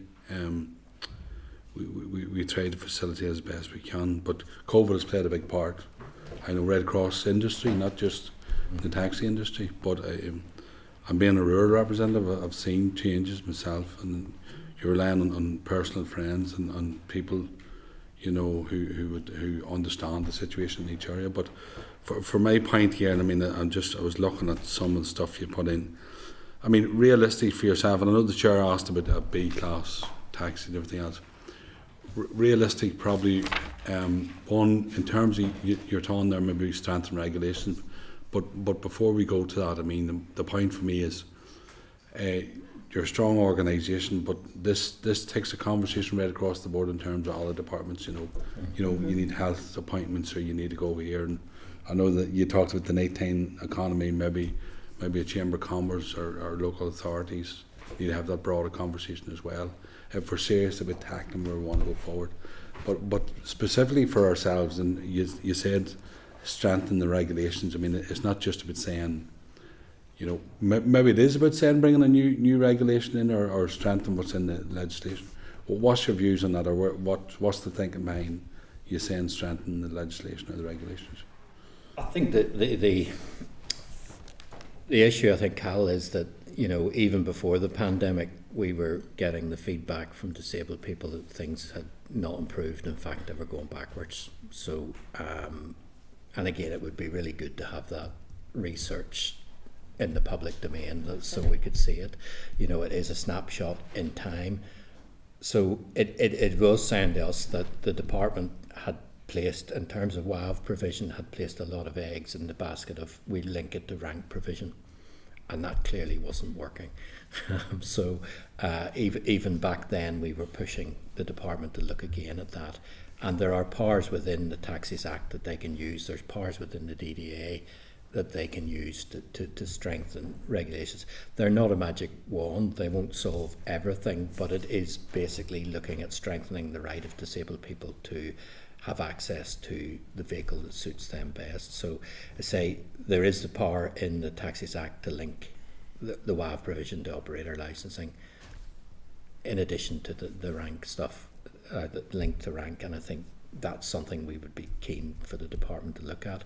It probably will be very unpopular with the taxi trade, and you know, we've had this issue all throughout that, and again, we're really sympathetic that the taxi trade is not like a homogeneous group. There's lots of different elements in it, and we have to respect the fact that there'd be different solutions for different areas, but we do really need to focus in on how we can actually increase the numbers of WAVs that are available to people, and that is one way. Regulation is one way. It's not the only way. We are saying very clearly as well that government needs to do more to financially support the industry to improve accessibility as well. No, and I appreciate that, and I don't make any apology for saying this, but I mean, we have a responsibility to facilitate everybody, and when we bring regulations in, the regulations should facilitate everyone. So it's not, I appreciate those may be difficult conversations, but that's conversations, you're here to talk to us. So as legislators, we have responsibility to have a conversation with that. My point is, I mean, you know, you've heard this expression, and I've used it this morning, this carrot and stick approach.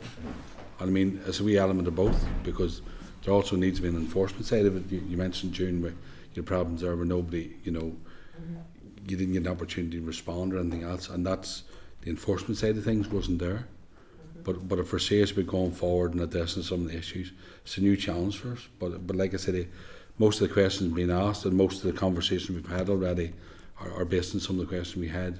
For myself and as a member of the committee, certainly I have no issue in bringing forward your conversations. There are a few things you've suggested there, and if it is something that we need to look at in terms of, and there will be people listening in, we have to bring everybody in round the table again and have that conversation, and so be it. I mean, I listened this morning on the radio about the new challenges over in the centre, about having to cross the road behind the new station there. So there's a few things Riz has had there recently. So I'm prepared to have the conversation, but just really commentary. Thanks very much for coming in and presenting those. We'll have your written papers, so we'll chat as a committee and see what way. Obviously, we'll talk to the chair and see what way we're prepared to go. But thank you for your evidence. Okay. Thank you, Cahill. I'm now going to introduce Andrew. Hello. Yep, Andrew McMurray, Alliance, MLA. No, just reading through some of the notes and just on the back of some of what you said, and thank you for sharing, because I mean you weren't sharing nice pleasant experiences, unfortunately, so no, do appreciate that. I suppose one point is about talking about ensuring inclusive, accessible complaint mechanisms are available. Who would and what would be the best, like, you know, who would regulate that? Who would administer that? Is that something you see? Would it be the taxi operators? Is there taxi operators governing, or is that something that you know, given the DFI essentially give the licenses? Would that something you expect the DFI to manage, if that makes sense? And I do have another question, but if you want, we'll take that question first. Perfect. If that's Yep. okay. Yep. Well, ultimately, it is the department that are responsible to issue the licence, and complaints should ultimately land with the department. But I suppose in every complaint process, I suppose the companies themselves should have a complaint process that people, a clear and transparent complaint process that people use. And if there's no resolution, then the department should have a much more enhanced complaint handling role than they do now. Okay, and then that's sort of glad you said that. Really, proactive rather than enhanced, because they have the powers at the minute to do it. It's difficult to use. Can I just say, Andrew, that there's an awful lot of people who have had bad experiences and refusals, etc., etc. I'm only one of them, and I have to say that it's really worrying that, you know, those complaints that we have, we phone the taxi company, blah de blah, and nothing happens. And that's where we need to have a system, a clear system, you know, whether it's a refusal for guide dogs, and, you know, you either do that yourself or you go back to guide dogs, or, you know, to see how many refusals that they have had, and hearing dogs for the deaf and emotional support dogs. But you know, there's quite a lot. Even when we were coming in today, it was quite funny. This is just an anecdote. When we were coming in today, the security guy at the gate said, "Oh, you have a dog in the back of the car. You can't take that into Stormont. You can't take that into Stormont." And I says, "He's a guide dog." So yeah. Okay. You know how I mean, per Clyde, how could you refer to Clyde? Like, you know what I mean?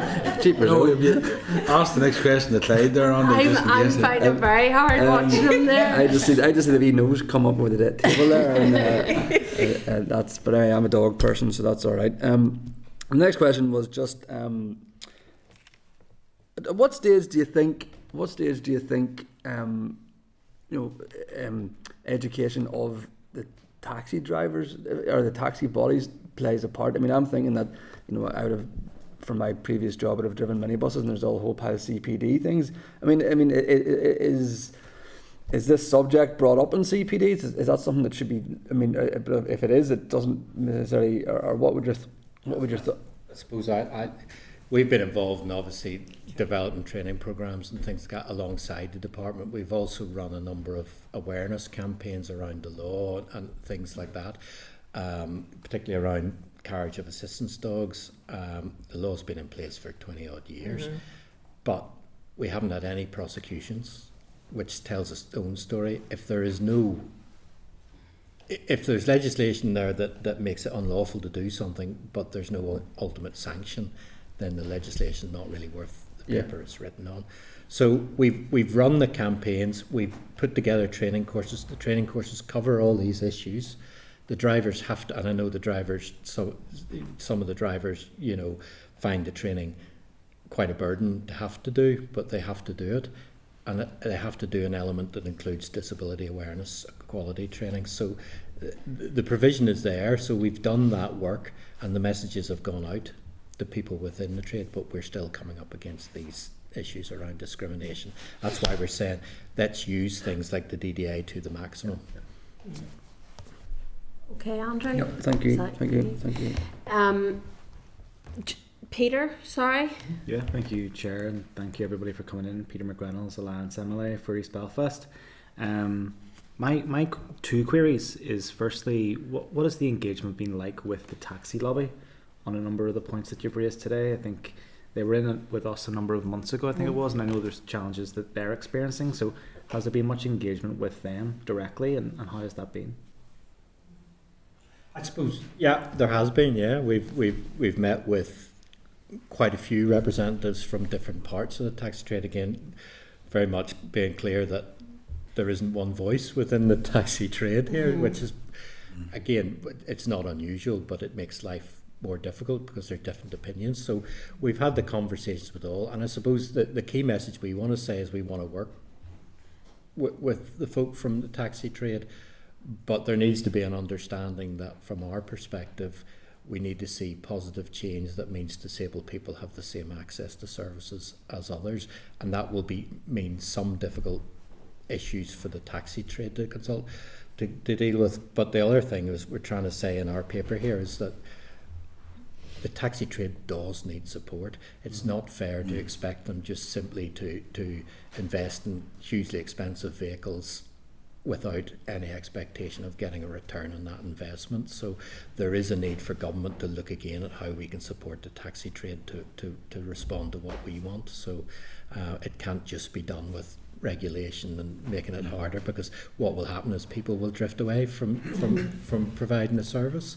And it's been hard enough. I say the pandemic and the cost of living crisis, you've heard it from the trade, we've heard it from the trade, it's driving away people from actually working in the taxi trade, and that's making it worse for everyone, but particularly for deaf and disabled people in terms of access and services. And secondly and lastly, Chair, we actually have the Minister in front of us as a committee next week. Is there anything that you would like us to raise with him directly that he could take back to his officials?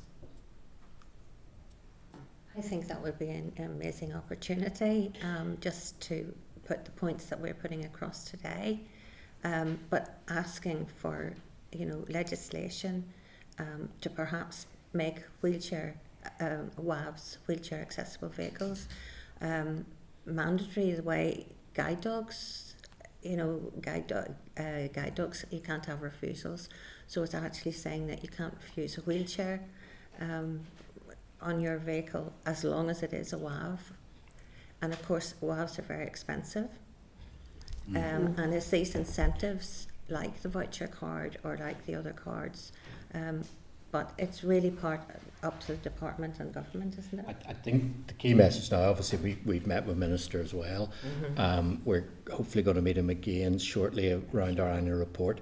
Taxis have been top of our priority list for about 10 years. And the Minister's well aware of that. It's about, we're aware as well we're within a shortened mandate, so it's what can be done within that, realistically within the shortened mandate. And I suppose it's really starting those discussions again around, because the taxi trade aren't happy, we're not happy. How can we start those discussions again, how we tackle these issues? And that, taking the points that I've made, that is about a conversation between all of us, really, and not just simply us having a position. This we need to start that conversation again. I think if the Minister was to restart the discussions between all the key stakeholders, that would be a real step forward. Thank you, Chair. Absolutely, thank you very much. Stephen? Thanks, Chair, and thanks folks for your excellent presentation and coming in, and just commend you on your work campaigning as well.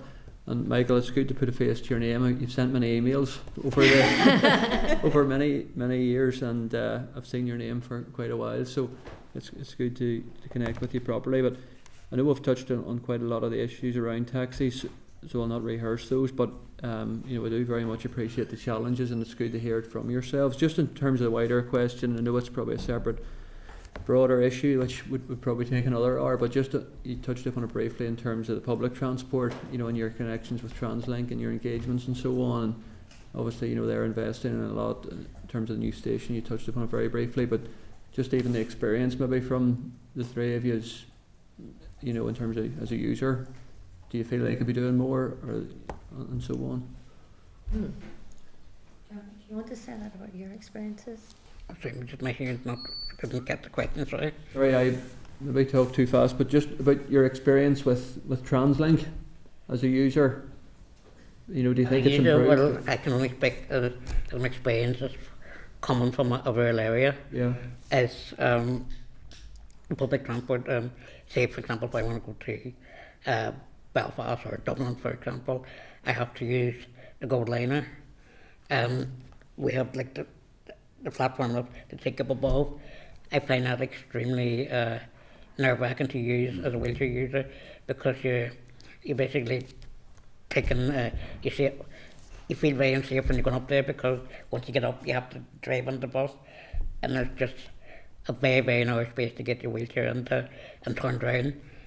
A narrow space where you could actually make one slight move and the wheelchair could come out and you could fall a great height. And I know from other wheelchair users as well, through IMTAC and speaking to other people out in the public as well, that they would have the same face I do, because we do feel like we're taking our own lives into hand by doing that, and we do think that the low floor should be the ones that TransLink is procuring going forward, because it's a lot easier to get into. Yes. But as a wheelchair user, like I have friends who are wheelchair users, I have family who's a wheelchair user, you know, but I can only travel on my own. The other wheelchair users cannot come with me because there's not enough space for more than one wheelchair to get onto the bus. Yeah. So if we were going to Belfast for the day, we'd have to travel separately up on the 273, you know, which is almost a 2-hour journey. So I'd have to wait for them to come, or they'd have to wait for me to come. So it's not a great system. Plus, we're continuing with TransLink to make sure that they make the right purchases for buses. And even as a wheelchair user, you know, there's other issues as well. You know, that we come across, you know, the audio visual display that, you know, they're not across the network yet, so we don't know. Some people need advance notice that they're coming up to a train station, or they're coming up to a bus stop. So somebody with visual or hearing impairment or sensory difficulties, they need advance notice so they can be ready to get off the bus. They could miss that stop. So reality is, well, there's a lot of difficulties in the bigger cities, in the bigger towns, but when you come into rural from Hannah and Oma, those difficulties are multiplied yet again, the same as it was the taxi services. Yeah. I just add maybe we've spent an awful lot of time building relationships with TransLink up to, you know, Chris Conway's coming to our IMTAC meeting next week and to answer questions and so we've spent a lot of time building those relationships with people at senior levels in TransLink. I think as well, I got to acknowledge that the past two ministers, both John O'Dowd and Nicola Mallon, have been excellent in terms of holding TransLink to account for the public money that they're given and requiring them to deliver on accessibility. So we're starting to see the fruits of that come through, both building those relationships and the department and ministers basically saying to TransLink, you need to deliver more for the money you're getting in terms of accessibility.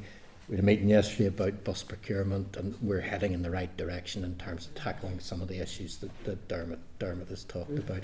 I think the big problem obviously with, particularly when we're investing in things like buses and infrastructure, once you've spent the money, it's really difficult to go back and fix certain things. Say a bus, you're stuck with a bus for 8 to 10 years, a new station's 30. So really that message is starting to drop, that we need to make sure that when we're spending the money, we spend it as well as we possibly can and make it as inclusive and accessible to everyone. So, and again, there's credit due on TransLink's side, but also on the department side as well for being much more robust with TransLink than they have perhaps been in the past.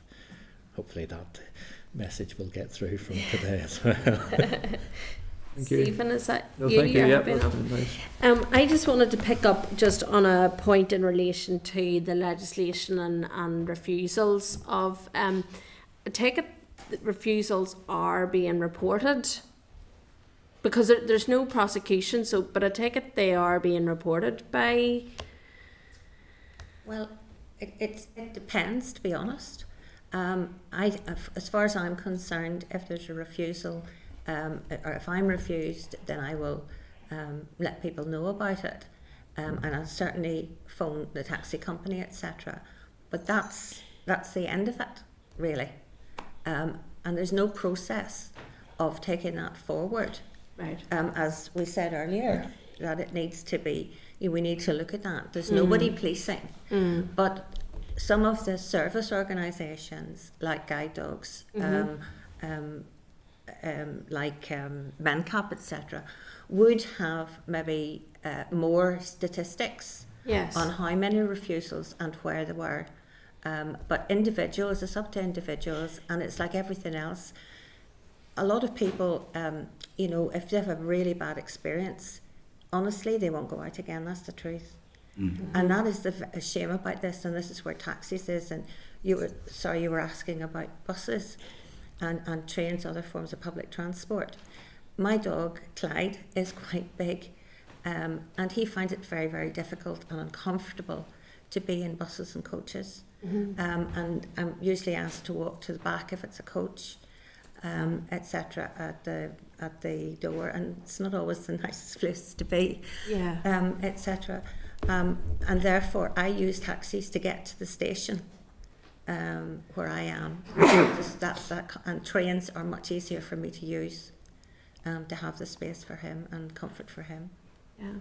Thank you. It's certainly something that we can look into to try and find out in terms of those refusals and enforcements, because nobody should be refused, public transport, at all. And in terms of taxi, I include taxi provision in relation to that public transport element. Members, are you content? Any further questions? Just one point. I mean, it's important to log and have them all called in. See all the complaints. Those issues need to be recorded, no matter who it is. I would advise that. Just a final point, because I see here there's other schemes across the water that, and I do think we need to support the taxi industry in this area as well. It's not just a case of let's beat people with a big stick and that. Right. We need to encourage them to. Now, I know there's regulation, a certain percentage should have been. I'm not arguing that, but we have a new conversation starting today on behalf of yourselves, and let's have that. But that scheme across the water or elsewhere where there's a scheme that works well in some other jurisdiction might be able to be replicated here. And obviously you've made reference to some, but I will certainly follow up with that on your behalf. Okay. Super. Thank you. Look, I'm very conscious that ironically we're talking about transport provision, and we've asked you to come up to the committee today and go through all those challenges today in getting up to Stormont. So we deeply, deeply appreciate the fact that you've taken the time to go through those challenges today to get up to Stormont. And if you don't mind, I would really like to say bye to Clyde before he goes. So look, thank you for your evidence today. It is a really serious issue and something that we do we want to try and find where the solutions are in relation to it. So we do appreciate it, and I'm now going to just go and say bye to Clyde, if that's okay, before he leaves. Thank you very much, all of you, for listening. Thank you. Thank you. Okay. That's good.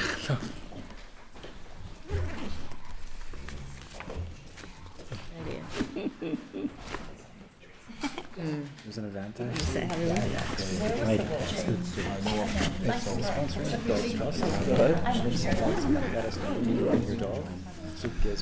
Just waiting on a date to come through. I've said earlier, you need to come because I can't Send something off the private office, so we're trying to get a date. I'm going to bring them in something 115, so people should be just bringing their dogs. I'm excited. I think it's Tuesday or Wednesday.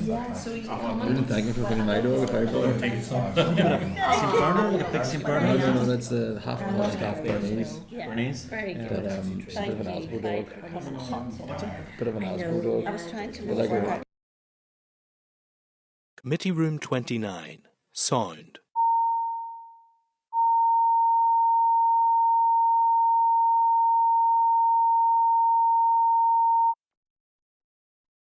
Committee Room 29. Sound.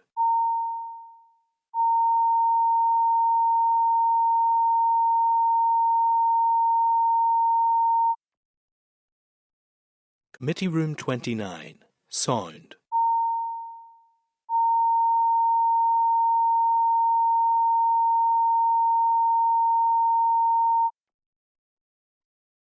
Committee Room 29. Sound.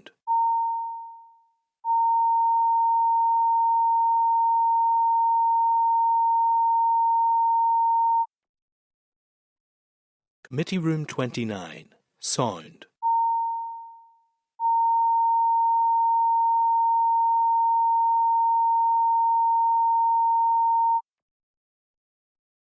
Committee Room 29. Sound.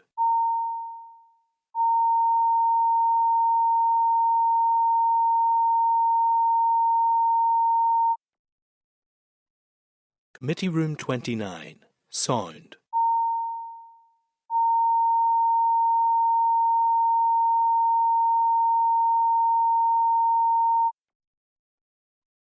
Committee Room 29. Sound.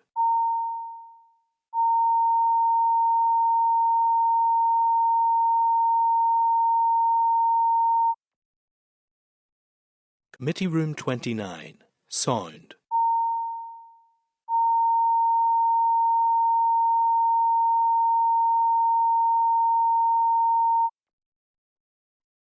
Committee Room 29, Sound.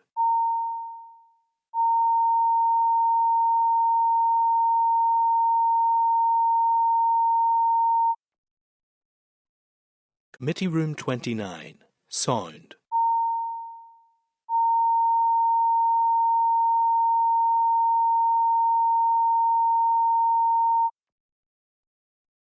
Committee Room 29, Sound.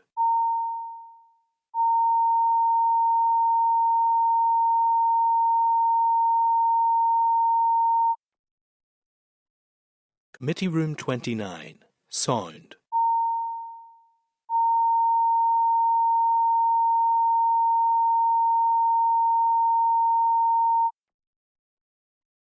Committee Room 29, Sound.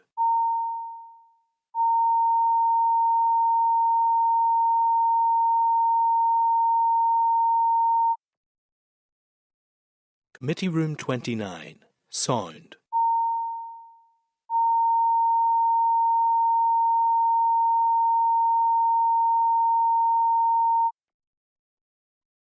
Committee Room 29, Sound.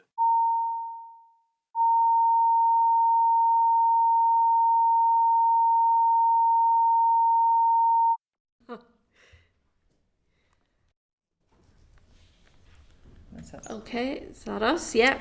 So after saying goodbye to Clyde, unfortunately, from the committee, we had a good evidence session there in relation to some of the issues. Cahill, I think you were maybe looking in just, were you, in relation to? Yeah, Judge, it's just obviously we received a written presentation and obviously you heard the evidence there, verbal evidence today, just maybe to follow up with the department, especially some of the issues in the written paper. There's some suggestions there.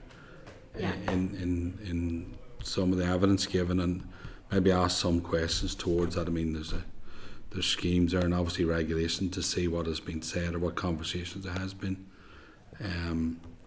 It's just it's nearly 20 years I spent on the tax, so I'm familiar with it, but there are some good suggestions, and I mean, there was genuine concerns raised there the day, so let's see what we can do, so. And I think as well, just in relation to some of those refusals as well, I think it might be worthwhile if we try and scope out some actual concrete figures in relation to that. I mean, there's legislation there, but it's not being maximised till its full potential. So we just need to obviously check in relation to the numbers of refusals and the processes in placing that, as June quite rightly pointed out. So are members content with both of those? Yeah. Okay, thank you. And I suppose within that, it's just would need to write to guide dogs and MenCap just as part of that, because that's where they said that they had some figures, because some of the members of those organisations would have some further evidence of it. Thank you for that. So if members are content, we'll move on then to item 9, which is the Driver and Vehicle Agency DVA 2024-2025 business plan, which is a written briefing at page 338. 338, you'll see the Department for Infrastructure covering letter 23rd of July 2024. At page 340, you'll see the Driver and Vehicle Agency Business Plan 2024-2025. So advising members that the plan sets out the specific actions that will be taken by the DVA in the course of this financial year. So I'm seeking agreement to request written evidence providing a mid-year update on the progress of the implementation of the actions. Members content with that, or is there anything they want to raise as part of that? Great, Chair. Okay. So item 10 is the Road Safety Strategy Action Plan 2024-2025 written briefing at page 357, Department for Infrastructure covering letter, the 9th of September 2024. At page 359, you'll see the Road Safety Strategy Action Plan 2024-2025, and at pages 376 to 394 is the correspondence from the Police Service of Northern Ireland Road Safety. So advise members to note that, as highlighted in the PAC's correspondence, item 10.4 and 10.5 carry a restricted marking and therefore should be managed in accordance with the information assurance policy and should not be circulated more widely. Members should also be mindful what they discuss in open session, and should any member require any clarification on this policy, then I would encourage you to speak to the clerk. So I remind members that in the course of last week's meeting there was discussion relating to the use of resources on matters relating to road safety. Members will wish to note that the correspondence from the PSNI provides more detail on the running costs and funding models for the Road Safety Partnership and fixed penalty processing. So I'm asking members whether they're content to note the correspondence or if there's any further information or clarity required. Just remember, last week, I know Keith in particular had queried just around some of the money that had been sent back. So do members want to note that for when we have any finance briefings? Does that seem reasonable? I think so. Okay. Yeah. Well, maybe just note that point just to make sure that whenever we do come up to it, I know that Keith will not forget, but certainly from our point of view, just to make sure we keep that in mind. Okay, so there's no other items that anybody wants to discuss under that section, item 10? Happy enough? Okay, thank you. Item 11 is the Department for Infrastructure 2024-2025 Business Plan written briefing at page 396, Minister for Infrastructure correspondence on the Business Plan 2024-2025. At page 98, Department for Infrastructure Business Plan 2024-2025. Advise members that the plan sets out the specific actions that will be taken by the Department in the course of the financial year. Again, members, the Minister will attend the committee next Wednesday, 25th of September, so we will have an opportunity to raise any issues or concerns regarding the business plan at that time, or during obviously the forthcoming evidence session on the budget or the PFG as well. So the report states that the quarterly monitoring for the April-September period will be completed in October. So I just want to seek agreement to request a written or oral briefing on progress against the actions, and that is provided to the committee in November. So are you content? Yeah. Okay. Item 12 is the Forward Work Programme. And you will see at page 429 is the draft Forward Work Programme. And it was obviously updated to reflect decisions following last week's meeting. So I'm just seeking agreement to proceed with the evidence sessions as set out in the draft Forward Work Programme and reflect any decisions taken today. Just to remind members that next week's session will begin earlier. Yeah. So it is at 9 a.m. next week. So yeah, Cahill, plenty of coffee. But the Minister will be here to take questions, so it will be quite a substantial evidence session next week. And we do appreciate the Minister coming to the committee as well to give evidence. So that is at 9 a.m. Please remember that next week, because if you're late, you probably will miss the Minister.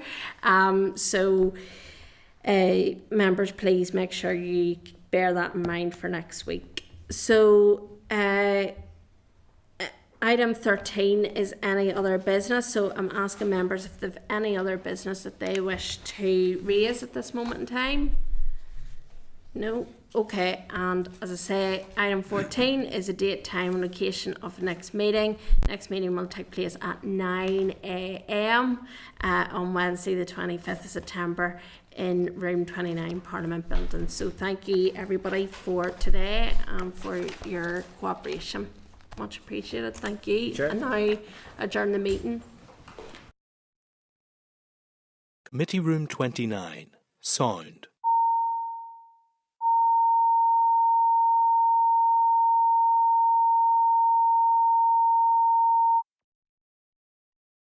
Committee Room 29. Sound.